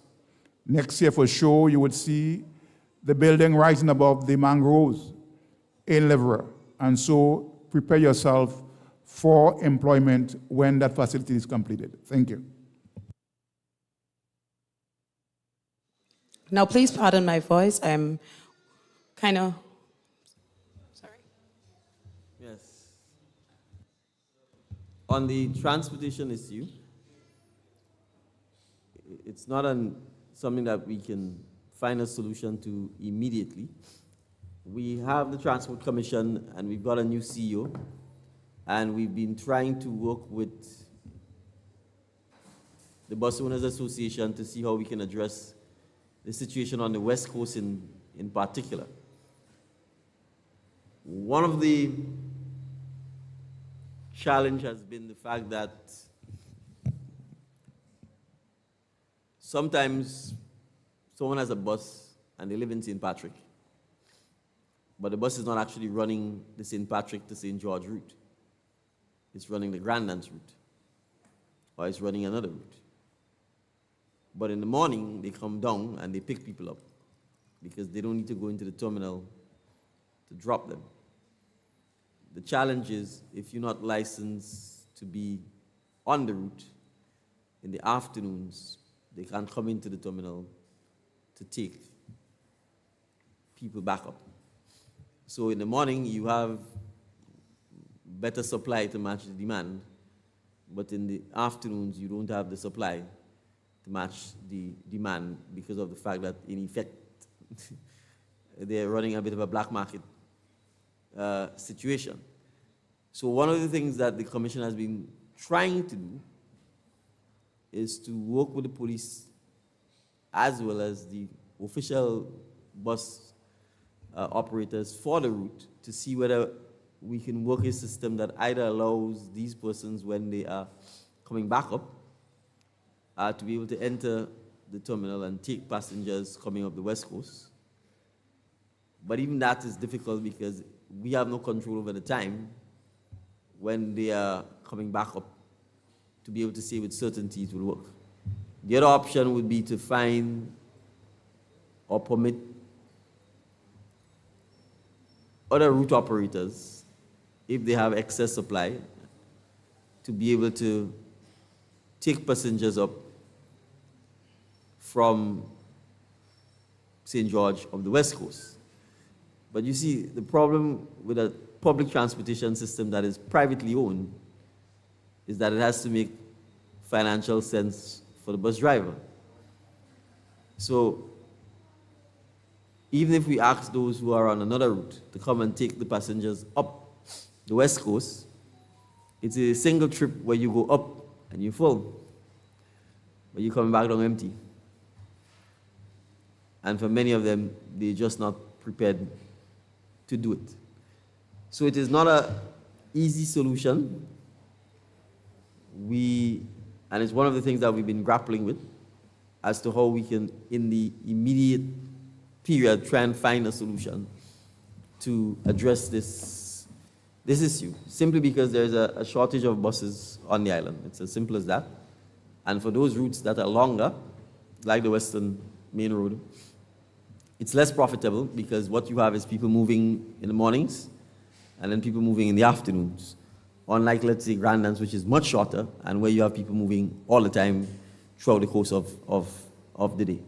So addressing the transportation system in Grenada, not just on the West Coast, is a major challenge.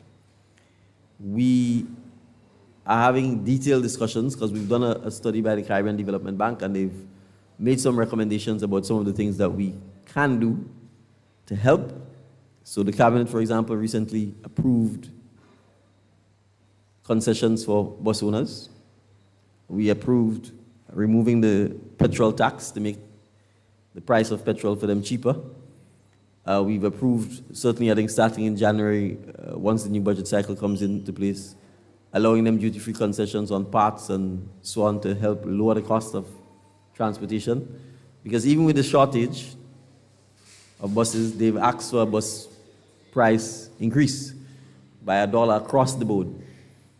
We've indicated we don't think that's the appropriate response because it will make transportation even more expensive. But we also know that there's been no increase for 17 years, right? That's almost an entire adult where there's been no increase, and everything else has gone up.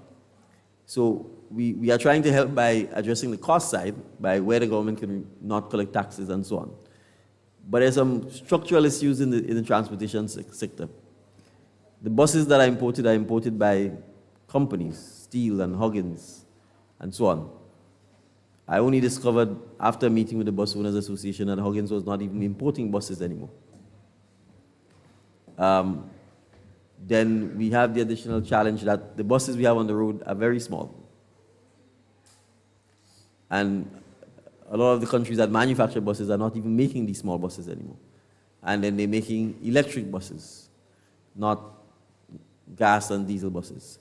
So we do recognize that in order to tackle this situation, the government is going to have to work very closely, hopefully in harmony, with the Bus Owners Association, to be able to change the fleet of buses, to move to electric buses, to get a management system in place that actually leads to a predictable and a scheduled bus operating system. Right now, there's no schedule. Bus drivers drive whenever they want, whenever they feel like. They could be driving halfway down the road and decide, well, they didn't see enough people on the road, so they turn around and go back and so on. So we are hoping that with the collaboration we've started by giving concessions and so on, that the next stage will be to get a management system in place that we can support them with, that we can use technology, GPS, cameras, tracking systems, that could allow us to say a bus will run 1 over every hour from Sotez to town. And you can take your phone and you can see that the bus, if you're living in Victoria, is leaving Sotez in half an hour. So you know if you're not ready, then the next available bus will be an hour and a half from now, which is how it's done most of the places. So we are piloting. We have, Cabinet has approved us entering into a contract with the company that manages the bus fleet for St. George's University, because the university has a scheduled bus system. So you know the buses come on the hour or on the half an hour. When the bus is coming, you could see which route the bus is going, what the number of the buses. So that there are cameras, there's GPS, so if the driver goes off route, the management can call and say, no, your route is point A to point B, why are you at point C? That sort of thing. We are piloting that first in St. George's and St. David with a school bus pilot.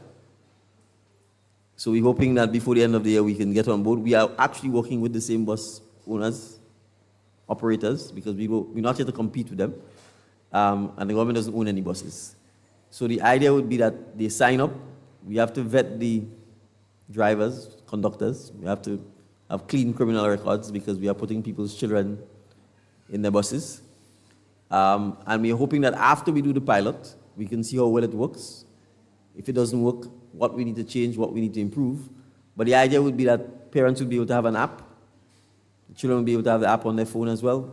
And you'll be able to know when your child has gotten on the bus, where your child is, and when they've gotten off the bus, which means the buses are going to be equipped with cameras, because you need to be able to see what's going on, GPS tracking, so you can see everywhere the bus is going, and we can have the proper interface to monitor what is taking place. If that happens, I think it will then allow us to know, for example, the level of traffic, how long it takes, the routes, those kinds of things, so that we can then see how we can use that to actually deploy it in a wider sense, so our national bus system. And we believe if we have a national school bus system, that would help with the adult transportation system as well. Because a lot of the busmen don't pick up the school children when it's rush hour, because the price of school children is cheaper. And obviously, it costs the same to carry a school child as it does an adult. That's the truth. But it's less revenue when we say the price for children is less, and so they want more money because they have a loan to pay, they have gas to pay, etc. So those are some of the plans that we're working on. We've also been talking to the Taxi Association. And we're going to continue because, unfortunately, in Grenada, taxi service appears to be for tourists only. And we need to be able to break that mold because the truth is taxis everywhere in the world is just a normal part of transportation, just like buses, trains, etc. And we have to be able to find ways where, I'm just saying, if there were more taxis in Grenada, for example, you could have more buses up the West Coast because the Grenada route is shorter. There's a lot more demand, a lot more people are moving, and you could then perhaps have taxis that charge, $5 or so. And if you have $5 a person and 4 person in the taxi, if so that you can get in the taxi, 2 in the back, 1 in the front, that's $15, right? And it's probably a short drop. And they can make a lot more money, and therefore we can concentrate and have a lot more buses in the rural communities and on the longer routes. And we also have to look at whether we can have a one flat bus price nationwide, regardless of route, or whether we have 2 bus prices, one for long and one for short. So those are some of the things we're trying to look at, because in Barbados, for example, the bus price, I think, at one time was the same. It was $150 Barbados dollars. But you had the government providing bus transportation alongside private people. And so for the longer routes, you had the government service. For the shorter routes, you had the private service, because for the longer routes, you realize the government has to help subsidize it because the guys wouldn't run.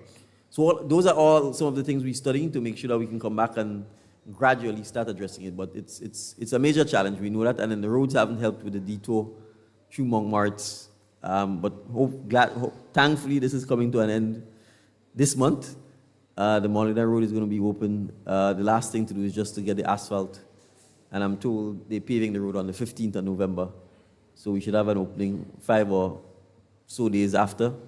At least that detour will come to an end. We also have to fix the Mabuya part, because then now you'll be detouring back up through Mount Granby, Mount Nesbitt again. But hopefully if we get those two done, it could make coming up the West Coast a lot easier for now. So those are the plans. Sorry for the long-winded response, but I thought I should share some of what's happening. Thanks.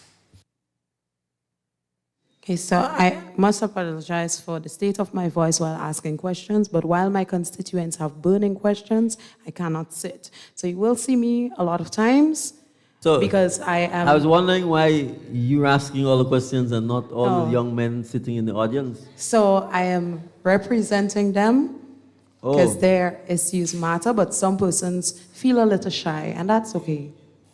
No, I'm not sure it's okay. In all of the parishes, the young men were up and talking, and we were applauding the young men for, not that I don't want you to represent your constituents, but we were applauding the young men for getting up and talking, because oftentimes we are accused of not leading from the front. So I wanted to make sure the young men, we could hear the voices of the young men in particular, because there's a lot of them in here. Yeah? All right. Especially since your voice is hoarse. That's part of training, you know, sensitivity and empathy and, you know, soft skills. So we don't want you to strain your voice because they have a voice too. Nonetheless, I love representing my people. So I thank you for this opportunity, of course. So a member of my constituency feel as though they are being misled as it relates to the Liverer project, because it seems that from their vantage point that the project is on a standstill. So I must say thank you, Minister Cornwall, for speaking about the Liverer project, because we feel as though not much is going on there. Secondly, as it relates to the building back of Grenada project, one constituent wants to know why it is that contractors from St. George's are being sent to St. Patrick's when there are skilled laborers in St. Patrick's.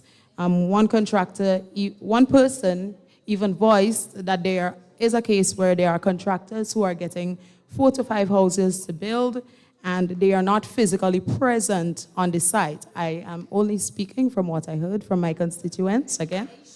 And they feel that, of course, we can hear the passion of my constituents. They feel as though, thank you. In order for me to voice your concerns, I need a quiet room, right? Thank you for your cooperation.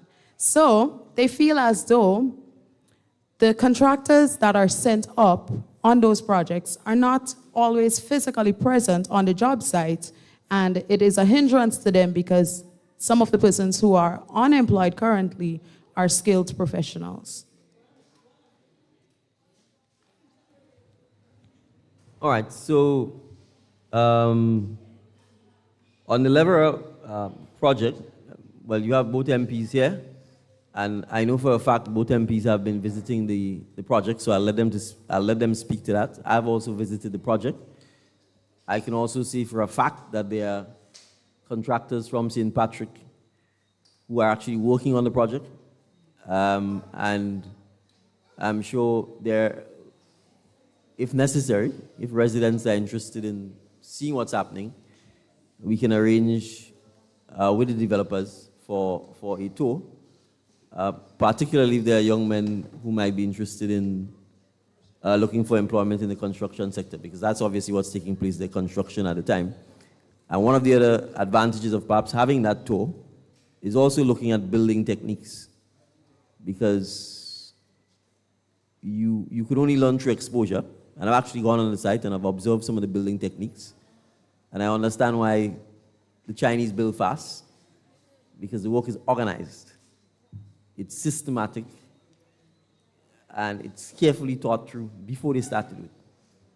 So they don't start and then look for the tools and then worry about whether this is thing. So if they know that they're doing steel bending, they plan for it. They measure 10 times before they cut. They don't cut and then measure. And it's very systematic, and therefore their rate of productivity oftentimes is much higher. So there is certainly an opportunity, and I can speak with the MPs and we can speak to the developer. Perhaps on a Saturday or a Sunday, we can perhaps organize tours for young men or others who are interested in just getting a sense of what's going on. Obviously, it's a construction site, so safety is an issue, but we think as part of the community initiative, this is something we can encourage.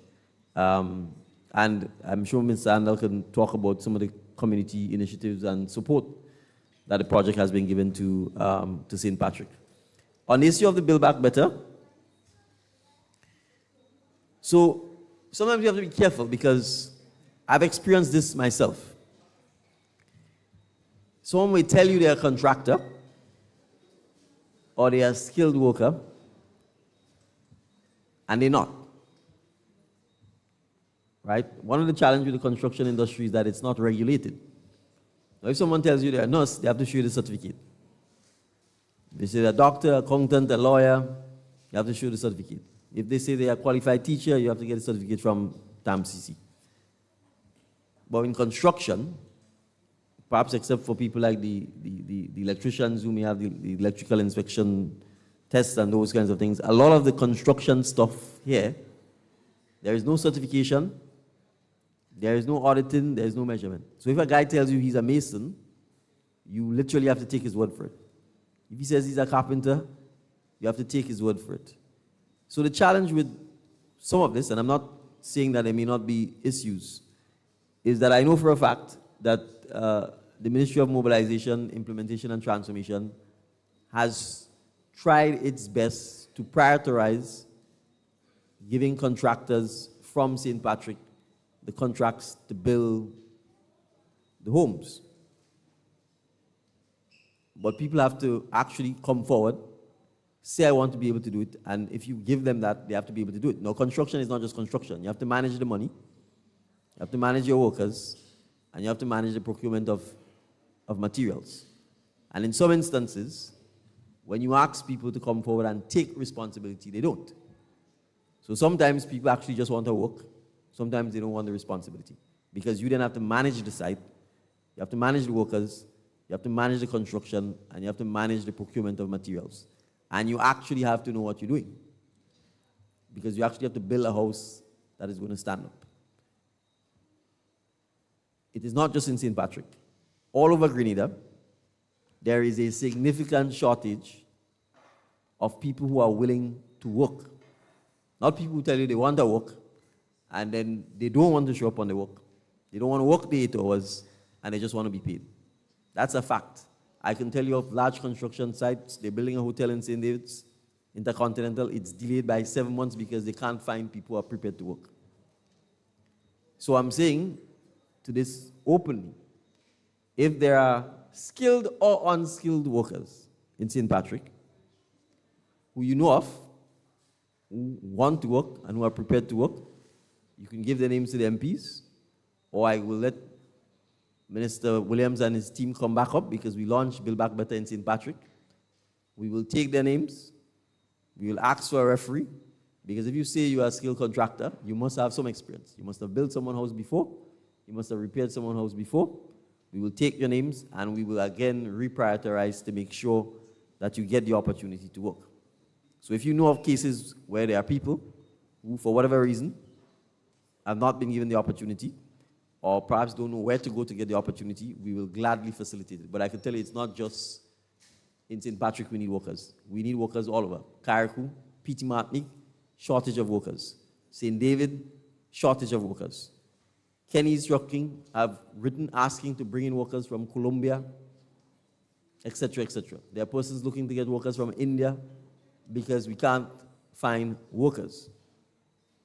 I'm saying skilled or unskilled. So even for unskilled, you can get trained on the job.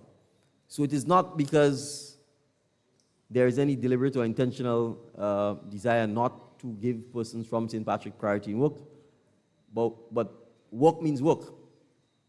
It means working 7 or 8 hours a day, not 1 hour or 2 hours, and then leaving, or in many instances, saying, I'm not happy with the pay, so I'm not coming back. Or after you work, you get paid on Friday, 4 days later, you show up Wednesday rather than the Monday when you have to restart work. So this is part of the challenge we face throughout the length and breadth of Grenada in the construction industry, at least. And I don't even want to talk about agriculture and farm labor. Because people don't even want to do 5 hours work on farms. That's the truth. We've created a culture where people want to work for 2 hours.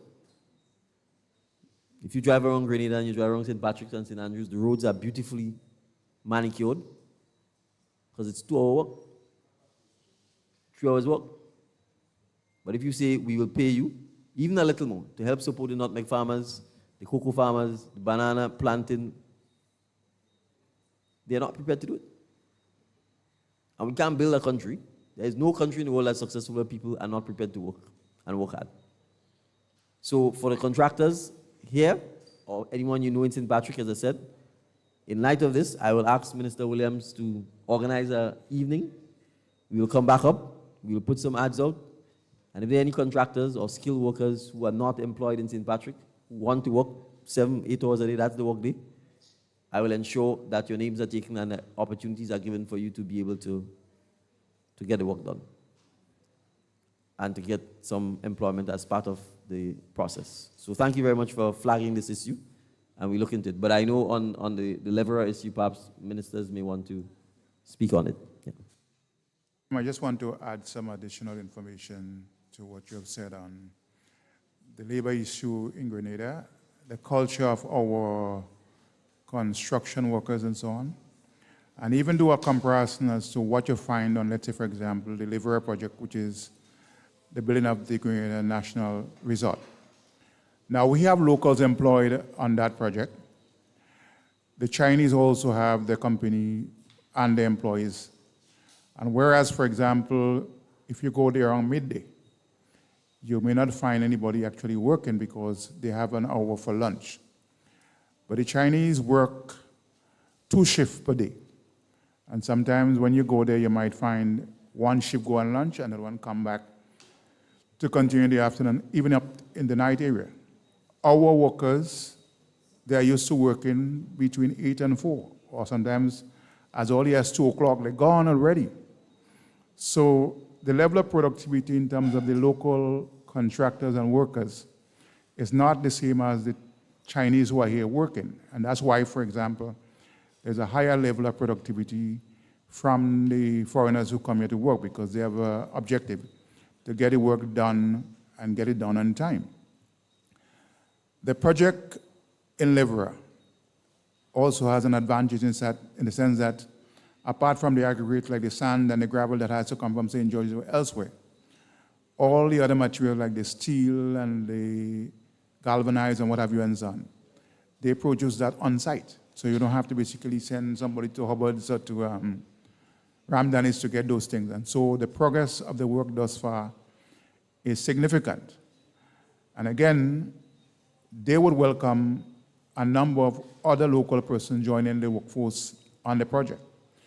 But as the Prime Minister said, if you do not have the skills and you don't have the wherewithal to basically do the work in accordance with what the plans are, you may find it difficult in getting employment there. The workforce should not be one that has the mentality of doing a hustle. You do a hustle, you get some money in your pocket today and so on, and then you disappear for the next 4 or 5 days. We locally have right now a company that is locally owned doing a subcontract on the Leverer project. And again, they work within the 8 to 4 hour and they're gone about the business. But nothing is wrong in saying, okay, if you're prepared to work the 2-shift system and so on, it could happen, and the hotel could even be built at a much faster rate. Part of the hotel construction also includes the building of golf course, and I guess the golf course aspect of it, apart from the clubhouse, has been, ongoing. The actual creating of the golf course itself is not yet started. And again, you would need landscapers, you would need people who have skills in those areas to be able to take up those jobs when they come on board. So it's welcoming news. The whole of St. Patrick or the Eastern Corridor and Northern Corridor of Grenada would be transformed with the completion of that hotel by 2027. And so it's an opportunity for our local people to get involved and to be part of that historical development in St. Patrick. Thank you.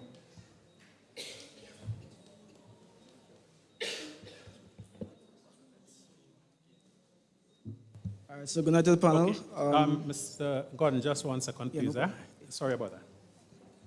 Right. So construction is a very ticklish thing. I know, for example, as MP for St. Patrick West, I try as much as possible to ensure that if, for example, let's say there's a project in Snell Hall, that we utilize a local contractor, or at least we give local contractors the first preference. But there are some villages where if you wait for that, nothing will happen. I won't say the name of the village, but there's a particular village where every single tradesman or contractor is almost always employed privately on some other project. Now, there is always a tendency as a politician to try to satisfy and please everybody. But sometimes in trying to do that, you end up harming the community. So what we need is for people to organize themselves, upskill themselves, so that when there are opportunities, they can get it. Regarding Build Back Better, I'm not aware of any person from outside of my constituency who has been given a contract to build. And one of the things, too, we must note is that many people, probably even the majority, do not understand the way that government works. So I've lost a good friend. Why? He wants a contract to build something. He does not want to submit a bid. If Andal wants to give me a contract, he will just give me a contract. That is the approach that a lot of people have. And you try to explain to them that there's a procurement process, that there's a procurement board for projects valued at over X amount. And some people, they just believe that if I support the party or if the MP is my friend and he wants to give me a job or a contract, he could do it. And then because you're not supposed to break the law, if you don't do it, then you become public enemy number one. And Brother Cornwall spoke again about the hustle mentality. I got cussed up a few months ago on the jetty in Sattes one Sunday morning. Whoa, 2 guys, we're looking for work, we have children to mind, we can't get work. I said to them, Mr. Filbert is looking for 2 young men right now. Who Filbert in the supermarket? Yeah, nah, we don't want that, a fortnight we're looking for. They have children to mind, eh? Good. So these are some of the things that as a country we have to start educating our people about. Getting your little business registered, getting your tax identification number. These are not things to punish you, but to help you to become organized and to approach things in a more business-like manner so that you can see your way. Being a good cabinet maker does not necessarily make you a good businessman or woman. Being a top-class mason or contractor does not necessarily make you a good business person. If you notice, a lot of the guys who do excellent work, they broke. They have to use John's money to build Kim's house, and then take Kim's money to build Mary's house, and so on. Whereas, if they were to approach it from a business-like perspective, they may hire a young graduate from NULO or TAMCC to manage the construction process and let them concentrate on building houses and building roads and bridges. So we have to start thinking differently if we want to have better and different outcomes. Thank you. We will take the last 2 questions, and then we will ask Prime Minister to give some closing remarks. All right, so good night to the panel. So I have 2 questions. So they might seem a bit broad, but let's go. The first one, it has to do with the era that we live in, right? So it's more, there's a huge digital era. In terms of online base, right? So in terms of a global scale, so I think there's a market there for youths to look into. So in terms of having businesses online, looking at digital businesses, there's a lot of limitations present. So I want to know what you have intention to alleviate those limitations. And I know there's COCA present, and they're doing work concerning that. And so I just want to know, is there anything that's going to be done concerning that?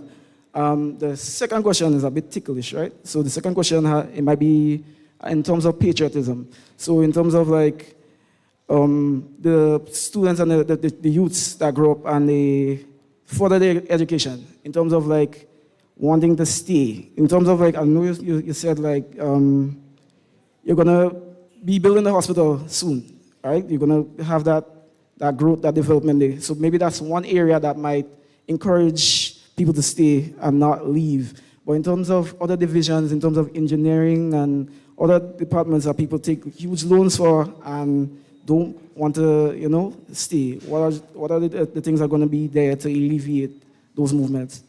That's the question. All right, thank you for the two good questions. So I'll start with the first one in terms of the digital era. So we actually fully appreciate that because of the importance of digitization worldwide, that we actually have to make sure that as a government we have the right policies and we have the right resources that we are putting in place to address this issue. In fact, tomorrow we'll see the end of a 3-day retreat that the ICT department and the digitization department have spent. They started it on Wednesday to actually address this very issue. What is Grenada's digital strategy and policy for transforming Grenada into a digitally functional society? And so coming out of that retreat, I think you'll be hearing a lot more. But there are already issues that we are tackling to put us in a position where over the next several years, and it ties back to your same question about us not leaving Grenada, we are going to invest a lot in training people in digital jobs that do not require them to leave Grenada. So we are starting a pilot before the end of the year to train 100 persons in cybersecurity, 50 of whom will be trained at the McDonald College at the computer lab there, and the other 50 in Montu. The reason we picked cybersecurity is because there's a huge demand for persons who are cybersecurity analysts or cybersecurity experts. In fact, worldwide, there's a shortage of 3.6 million jobs. To be a cybersecurity analyst, all you need is a good computer and high-speed internet. And you can work from anywhere. So the reason we are doing the pilot is because we want to be able to. So the cost of the training, let me just back up a little, it actually costs $7,500 US, which is about 20,000 EC to be trained. The training is 6 months. The supplier who's doing the training works with a Canadian university that after the end of the training, you'll be getting certification from that Canadian university. So it means you have international certification, which means you can work anywhere. The certification, I think it's called in various areas, Protexa, TIA, I think is the appropriate certification. And the supplier has also contracted to assist us in getting actual job placements for the trainees. And the starting salaries per month are in the region of around anywhere from 2,500 US to 3,500 US. Now, watch it.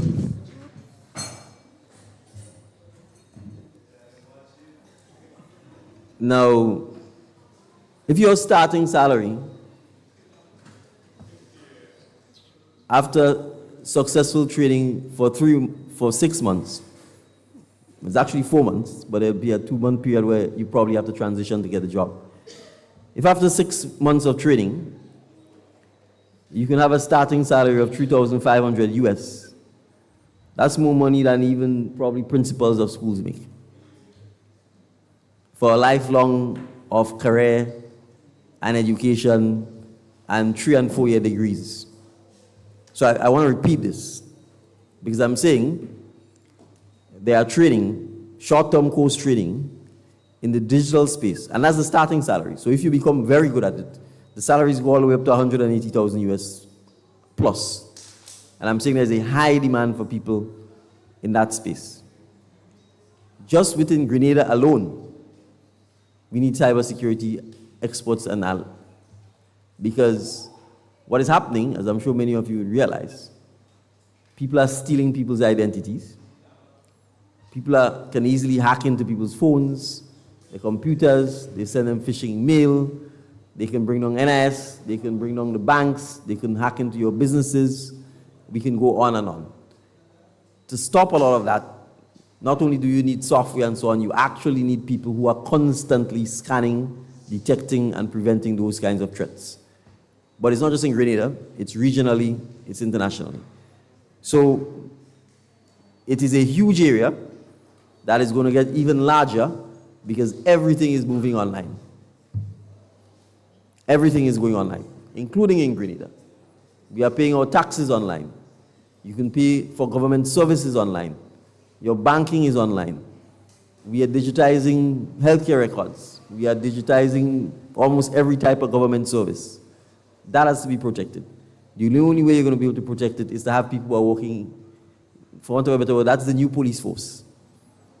To have people who are working and policing in there. So we recognize that, and that's why we are actually doing the pilot first, because we want to make sure that we learn the lessons. We want to make sure that it's successful. We want to make sure that the job placements happen. We want to make sure when they tell us we will get, the trainees will get salaries at $2,000, $3,000, $3,500 US, we want to make sure that happens. If it is successful, then it puts us in a position for us to be able to say, and someone talked about the Imani earlier. I want you to compare what I'm talking about with the current Imani program we have. She indicated she's been an Imani for 5-6 years. She's not even getting a proper opportunity to be a full-fledged teacher. I'm saying this course, if done right and if done properly, it's 6 months of training. And they've committed that in 2 months, you can get employment that starts you off at 6,000, 7,000 equivalent EC, even 5,000. At 5,000, that's, I don't know how many percentage, that's probably a couple thousand percentage more than the 750 or 1,200 that we pay at the money. And the reason this is important is because if you have a skill that you can use regionally and internationally, your ability to fetch more money triples, quadruples. If the skill you have is only a skill that you could use in Grenada, either because it's a skill that is geographic in nature. So if you're a carpenter, you could only be a carpenter at a physical site. But if you can use technology to design furniture, your designs could go worldwide. And so the price you get for designing the furniture, because there's a demand for it, is 10 times from actually making the furniture. So the ability to sell services, even if you're in Grenada, online is very important. And there's some structural things that we are working on regionally as well. There's always a digital divide. So you notice, for example, that you might be able to buy things on Amazon, but you can't sell. Or there's technology that if you're in Canada, you could download it, or the US, you could download it. But when you get to Grenada, you can't download it. Because they have divided the world into first, second, third, fourth class. And the same applies to the technologies. And those are some of the things we are working on regionally and internationally to start breaking up. Because if we don't have the advantage of being able to sell on the internet, then we will not be able to get the advantages that comes from having the technology. So I just give this example because we are acutely aware of the need to train, to invest, to educate in the digital space and in our education system to make sure that the revolution that is taking place with digital literacy, digital skills, technology, also happens in Grenada as well. So that's one of the points. And then on the point of the training and the hospital, that's why we're talking a lot about skills training and diversifying the education system to actually better suit the jobs that are available in Grenada. But healthcare itself is a significant challenge. And the cabinet approved a subcommittee of ministers to review things like what sectors we give scholarships to. And to also encourage persons to study things and areas that would lead to employment.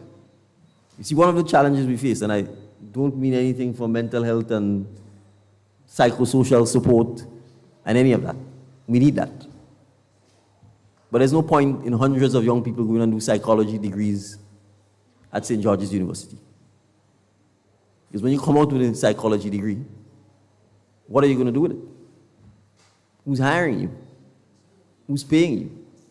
If you went and you did a psychology degree and then you have to come back in the Imani program, some point along the line, there should have been some career guidance that says, listen to me, the job shortage in Grenada that pays good money is the chefs. We have no chefs. I'm not talking about cooks. Chefs. The chef has to be able to tell you how to price the food. What price to sell it at so you actually make money and make a profit. How to present the food. What is the story you're giving to entice people to buy the food?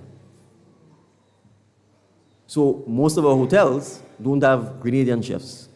They import them. Because the chef doesn't actually do the cooking most of the time. They're managing the kitchen. They're managing the staff. They're managing the menu. They're doing research if people don't like the food. If this particular thing isn't selling, why is it not selling? What do we need to change? Etc. So if we're not saying shortage of chefs, we're importing all the chefs. Shortage of management and supervisor staff at the hotels. Someone talked earlier about the theory of mixology as opposed to just the practical. So again, we're importing the people who are doing the theory. A lot of the people who are managing housekeeping, if we take the marine sector, boating, yachting, provisioning, I use the word provisioning, not provisions, provisioning. Like all of these big yachts that come here, they want everything. From hot pepper, seasoning pepper, to water, to whatever. Somebody has to supply it, somebody has to sell it. So these are all areas where instead it's actually foreigners coming into Grenada to then provide these services to them. So part of the problem we have is that we are allowing people to go and study and spend a lot of the time, get very stressed out, and then come back and then find out the stress now start. Because after spending 3 and 5 years studying some subject, you don't realize you don't have a job. Everybody asks you what experience you have. And then your psychology degree or whatever degree simply has not moved you any further up the economic line. So I'm saying we also have to be honest. There are a lot in this world now. There are a lot of shorter courses that are a lot cheaper, that gives you almost the guarantee of a job than some of these traditional 3 and 5 year degrees that we go in and waste time and money on. And there's a lot of courses online, from Coursera and all these things, that if you actually study these courses, you're almost getting a job as soon as you come out. And a lot of them allow you to be self-employed than just simply going and follow this traditional route about TAMCC, then SGU, or then UE, or trying to go to America or England. You go, you see so much trouble, so much stress, you take GDP loan, this loan, you come back, and you're still working for next to nothing. Or in some cases, you can't even get a job. That's because the economy has changed. The world has changed, and we have to be honest.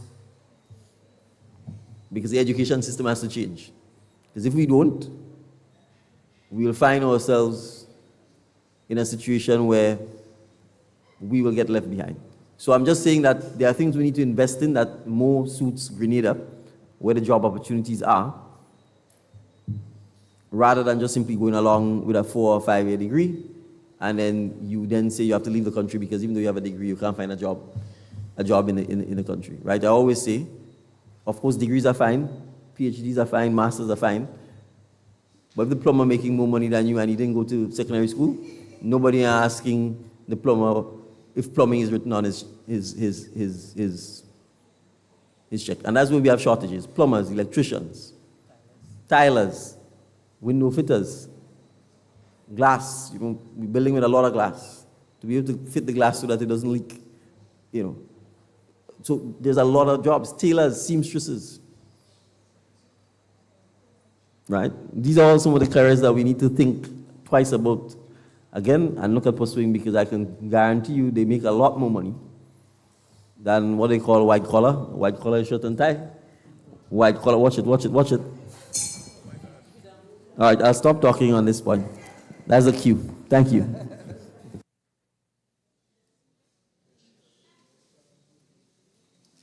Pleasant good night to everyone. No, I am from the village of Montrose, and we have 3 schools. We have a preschool, primary school, and a secondary school. Now, we do not have a playing field. A couple of years ago, some land would have been allocated for that. Is there any plans at all for us in getting a resource center, a playing field, anything like that? And there is enough lands for the Project 500. We want to have a piece of that pie. So that is my question. Now, my last comment. I am noticing when I go on Facebook, Minister Williams would have mentioned that in Grenada, there are doctors now every day. In our health centers, we have one on Thursdays, I believe, we have a doctor. Is there any plans in the pipeline for us to get doctors daily at our health center? Thank you.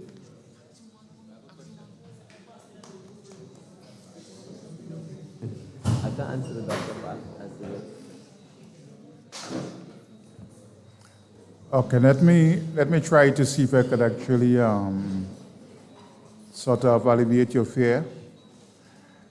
We have built throughout Grenada, Carriacou, and Petit Martinique medical stations. I mean, I could think of one in St. Patrick that is built and has not been commissioned for quite some time now since our administration came into office. And it's not that we do not want to alleviate the problems of the people in Montreach and Snell Hall and Hermitage and so on. But the fact remains that we have acute HR problems within the health system in Grenada. You have situations where we train our nurses, we train our doctors, and before you know it, we lose them to the UK, Canada, other Caribbean countries and so on.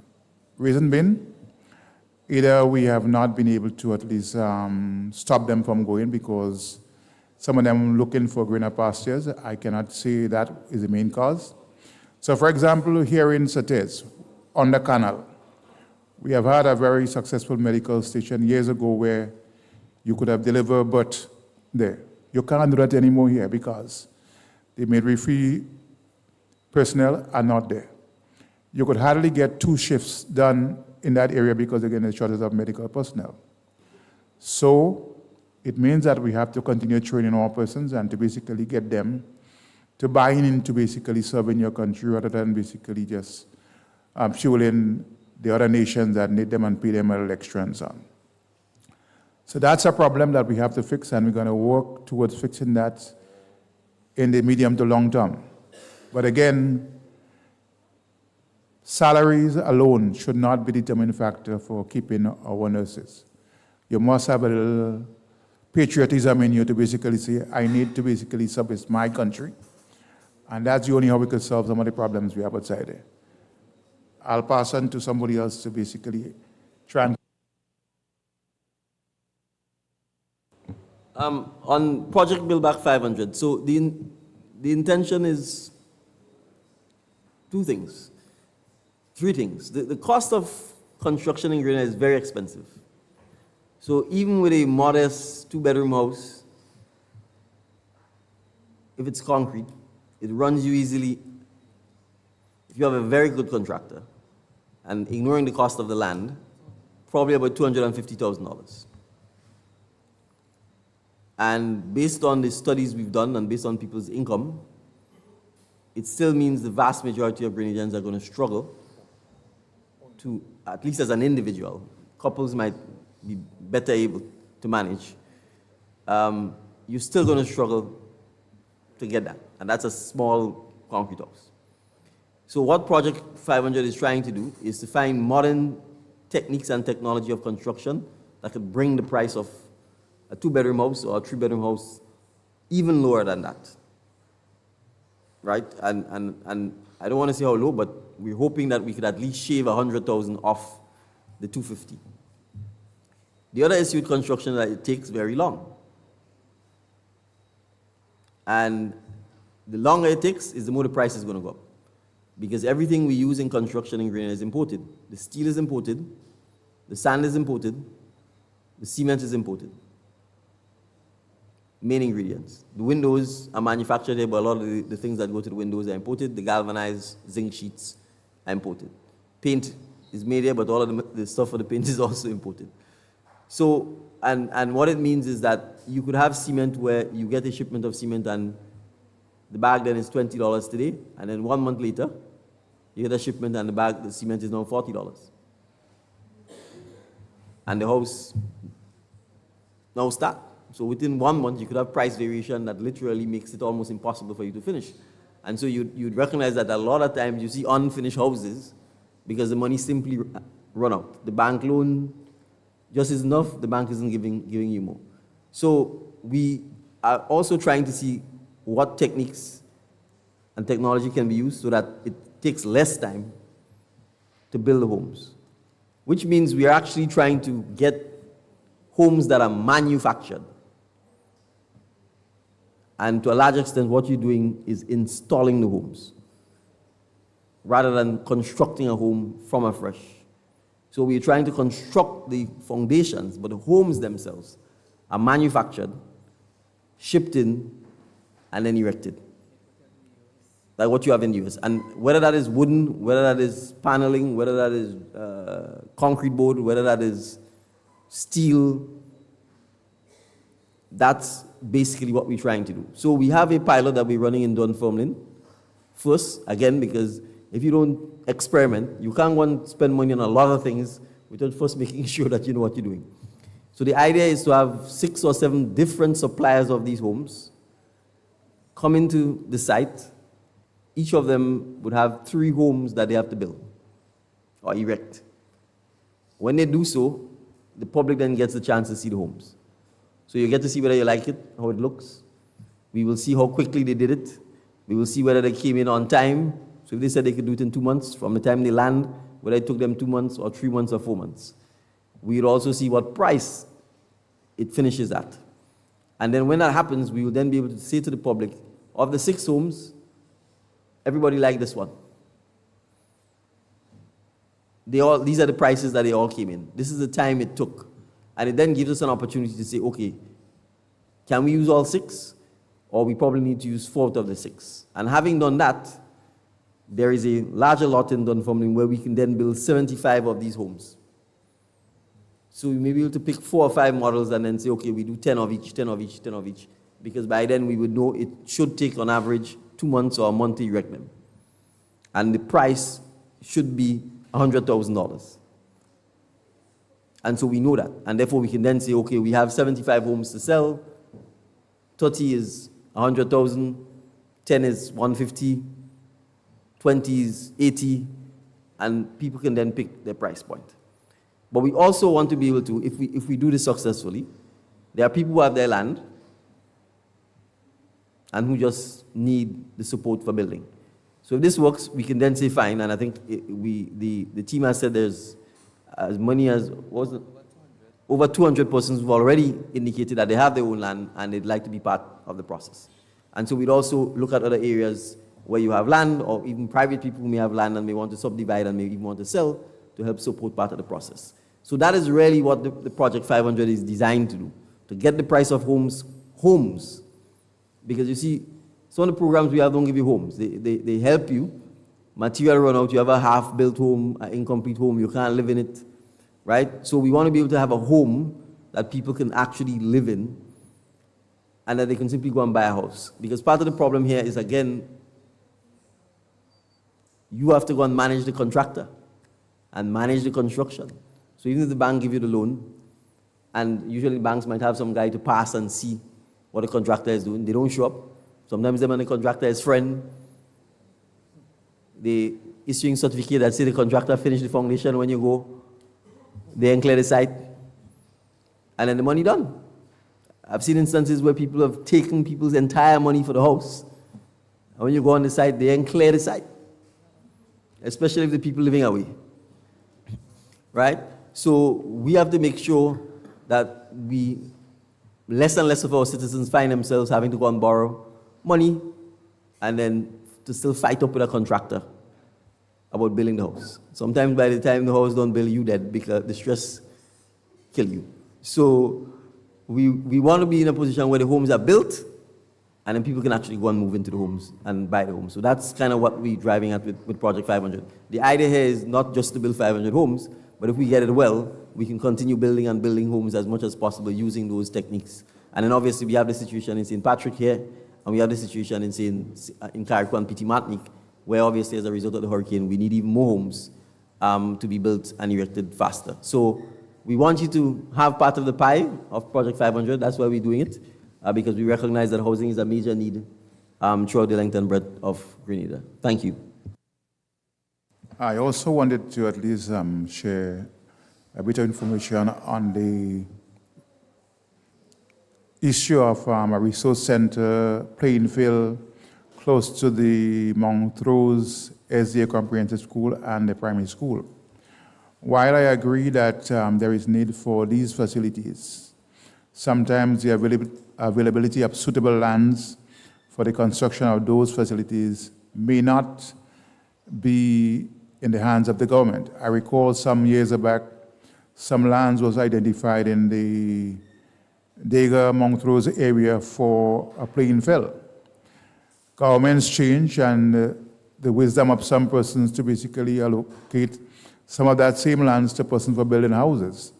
So once you put a house on it and so on, and you basically make it not suitable for the construction of a playing field, then you have to start all over again to identify. Sometimes the lands are not the best suited lands because there are a lot of unstable terrains or the ravines and so on that run through the lands. It means that it takes a lot of work to basically put it into a flat surface for, let's say, a playing field to be done. We continue to look. Some of the lands might be in the private hands, and again, you cannot force somebody to sell the lands to you for other reasons. We were lucky over the years to have that small, I call it a pasture close to the SDA school. The owner had given us, or given governments of the past, the okay to use that. But again, the land is not suitable for building any massive playing field or so. And so we still struggle to get appropriate lands in that area to build playing field and so on.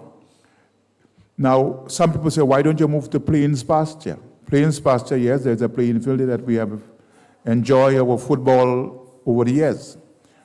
But you cannot expand that field in Plains because there is no land to build things like bleachers or a small pavilion and so on, because the lands around it are already used for building homes and so on.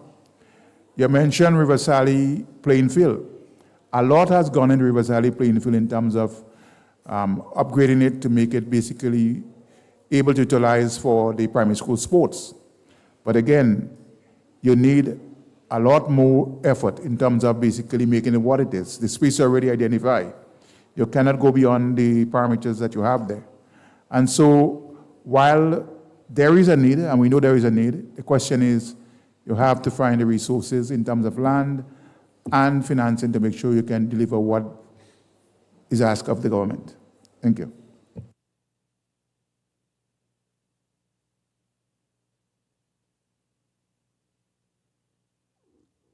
Ladies and gentlemen, we have come to the end of this engagement.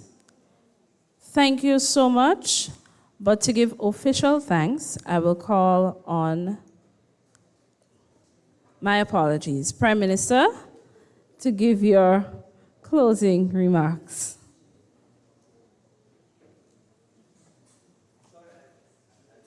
I was at this.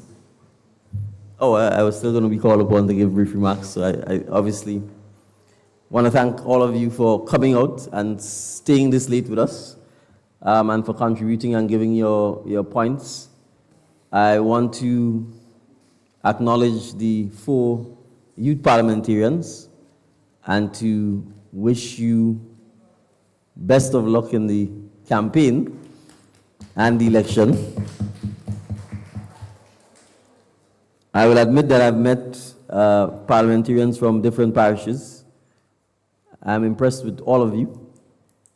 It leaves me satisfied that the future of Grenada is in excellent hands and there's no need to worry about that. So I really want to encourage you to not just not just see your participation in the youth parliament as just participation in a competition or in a campaign, but to really see it as an opportunity for you to actually continue being leaders in your constituency, in your villages, and in Grenada. Because the truth is, and no disrespect to us old people up here, the truth is, change generally comes from young people. Very rare do old people invent stuff. And if they invent it, it's because they've been trying to invent it since they were 17 or 18 or 19, and it just took them a long time. So some of the disruption, we can take the entire technology and digital revolution, whether it's Facebook, whether it's TikTok, whether it's Instagram, whether it's Twitter, all of the fantastic things that are happening, it's young people. So if you look at the people who are bringing pride and joy to Grenada on the international stage, it's young people. It's Lyndon, it's Anderson, it's Kirani when he was just 18, it's Afi. So the notion that we need a divide between seniors or adults and young people is a bit of a fallacy. So the opportunity to shape what happens to Grenada now and in the future really is in your hands. So they need to advocate, they need to learn, they need to research, they need to experiment, they need to think forward, think up solutions to the problems we face. So you see, when we talk about things like the bus system, for example, don't just say, what can the government do about it? Look at it as what opportunity is there for me to make money out of it? What opportunity is there for me to find a solution? So all of these hail-up ride apps that you have in America, these people who have not become billionaires, they don't own no vehicle. They don't own a vehicle. They don't own a car. All they did was to develop an app that allows a man who has a car and who otherwise will never be able to offer it as a taxi to now be able to use the app to say, you know, I have 2 hours of spare time. I could become a taxi man for these 2 hours, make some money, and perhaps even go back to my day job. All by inventing an app. They were able to connect suppliers, people who weren't suppliers, with people who wanted something. So I'm saying this to say, let us think of solutions to the problems for yourself, for your neighbors, for your village, and for your country. And in doing so, you will very well find that you become more successful than you probably would ever imagine or dream about. And that's the advantage of youth. That's the advantage of thinking outside of the box. Sometimes that's the advantage of having no experience, because there's nobody to tell you it can't be done or it was never done before. So see yourself as the problem solvers and the solution makers. And if you do that, you will quickly find that once you put that out there, the solutions are there. And it's a question of, it's our job to support you and recognize that you need the support, you need the encouragement, you need the mentorship. But don't be afraid to be bold. Don't be afraid to be courageous. Don't be afraid to speak up. And I think your presence here tonight and the comments we've heard, the questions you've asked, is testimony for that. So the future is yours, as we say, and you have to create it. So thank you all for coming out. It's been a pleasure engaging with you tonight. Thank you.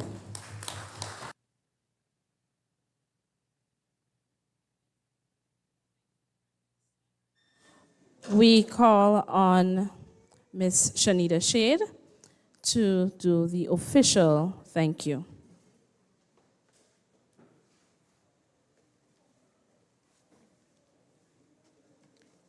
Good night once again. Before I say thank you, though, I need to say sorry to the youth who had concerns, questions, suggestions, queries, but was not able to voice them due to time. So I do hope that you do get to voice them later on.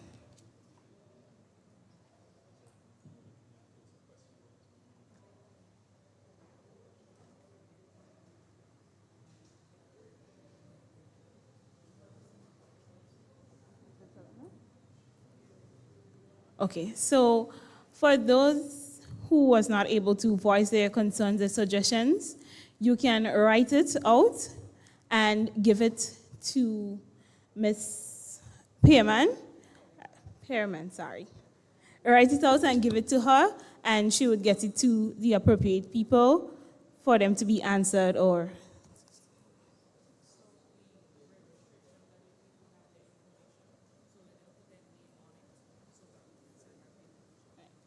And the registration that you would have done, we do have your name and your contact information on it. So when you write your questions, write your name so we know who the questions are coming from, so you can get back an answer or feedback from that. First and foremost, I want to express my sincere gratitude to the Almighty God for blessing us with this beautiful night and for making this event possible. Without His divine grace, none of us would have been here and none of this would have been achievable. Special thanks to Karen Thomas for leading out in prayer and in the praise and worship. I extend my sincerest gratitude to our esteemed Prime Minister, Honorable Deacon Mitchell, for his unwavering support and guidance, and your leadership inspires us all. I would like to thank Honorable Delma Thomas, Minister of Youth, Sports, Mental Health, Wellness, and Religious Affairs, for her commitment to the youth of Grenada and St. Patrick's by extension. Your dedication to our well-being is truly commendable. I'm grateful to Honorable Joseph Andal, Youth Parliament Representative for St. Patrick's, Parliament Representative for St. Patrick's West, Foreign Affairs, and Dennis Cornwall, Parliament Representative for St. Patrick's East, for their unwavering support and their belief in our potentials and as youth. A special thank you to Senator the Honorable David Andrew, Minister of Youth, Sports,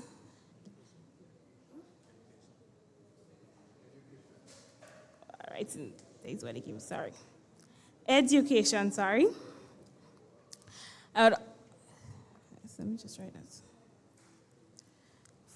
So it's Minister of Education, sorry. I would like to say acknowledge. So thank you for all that you have been doing for us and that you would continue to do for us.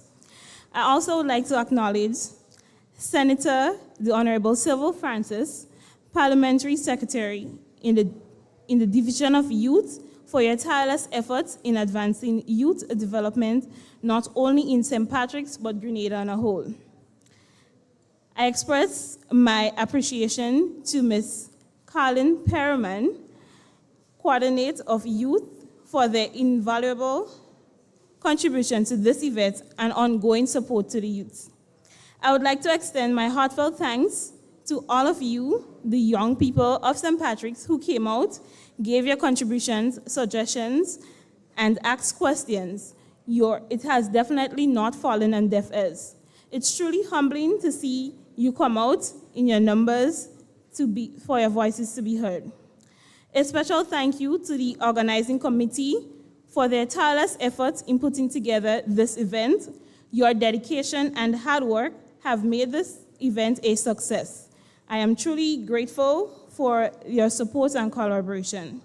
And finally, a big thank you to everyone, and even those who I didn't mention.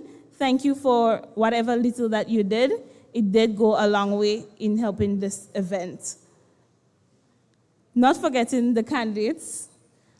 We are campaigning hard, so thank you for answering the call to be the voice of the young people and advocate for the young people. Once again, thank you.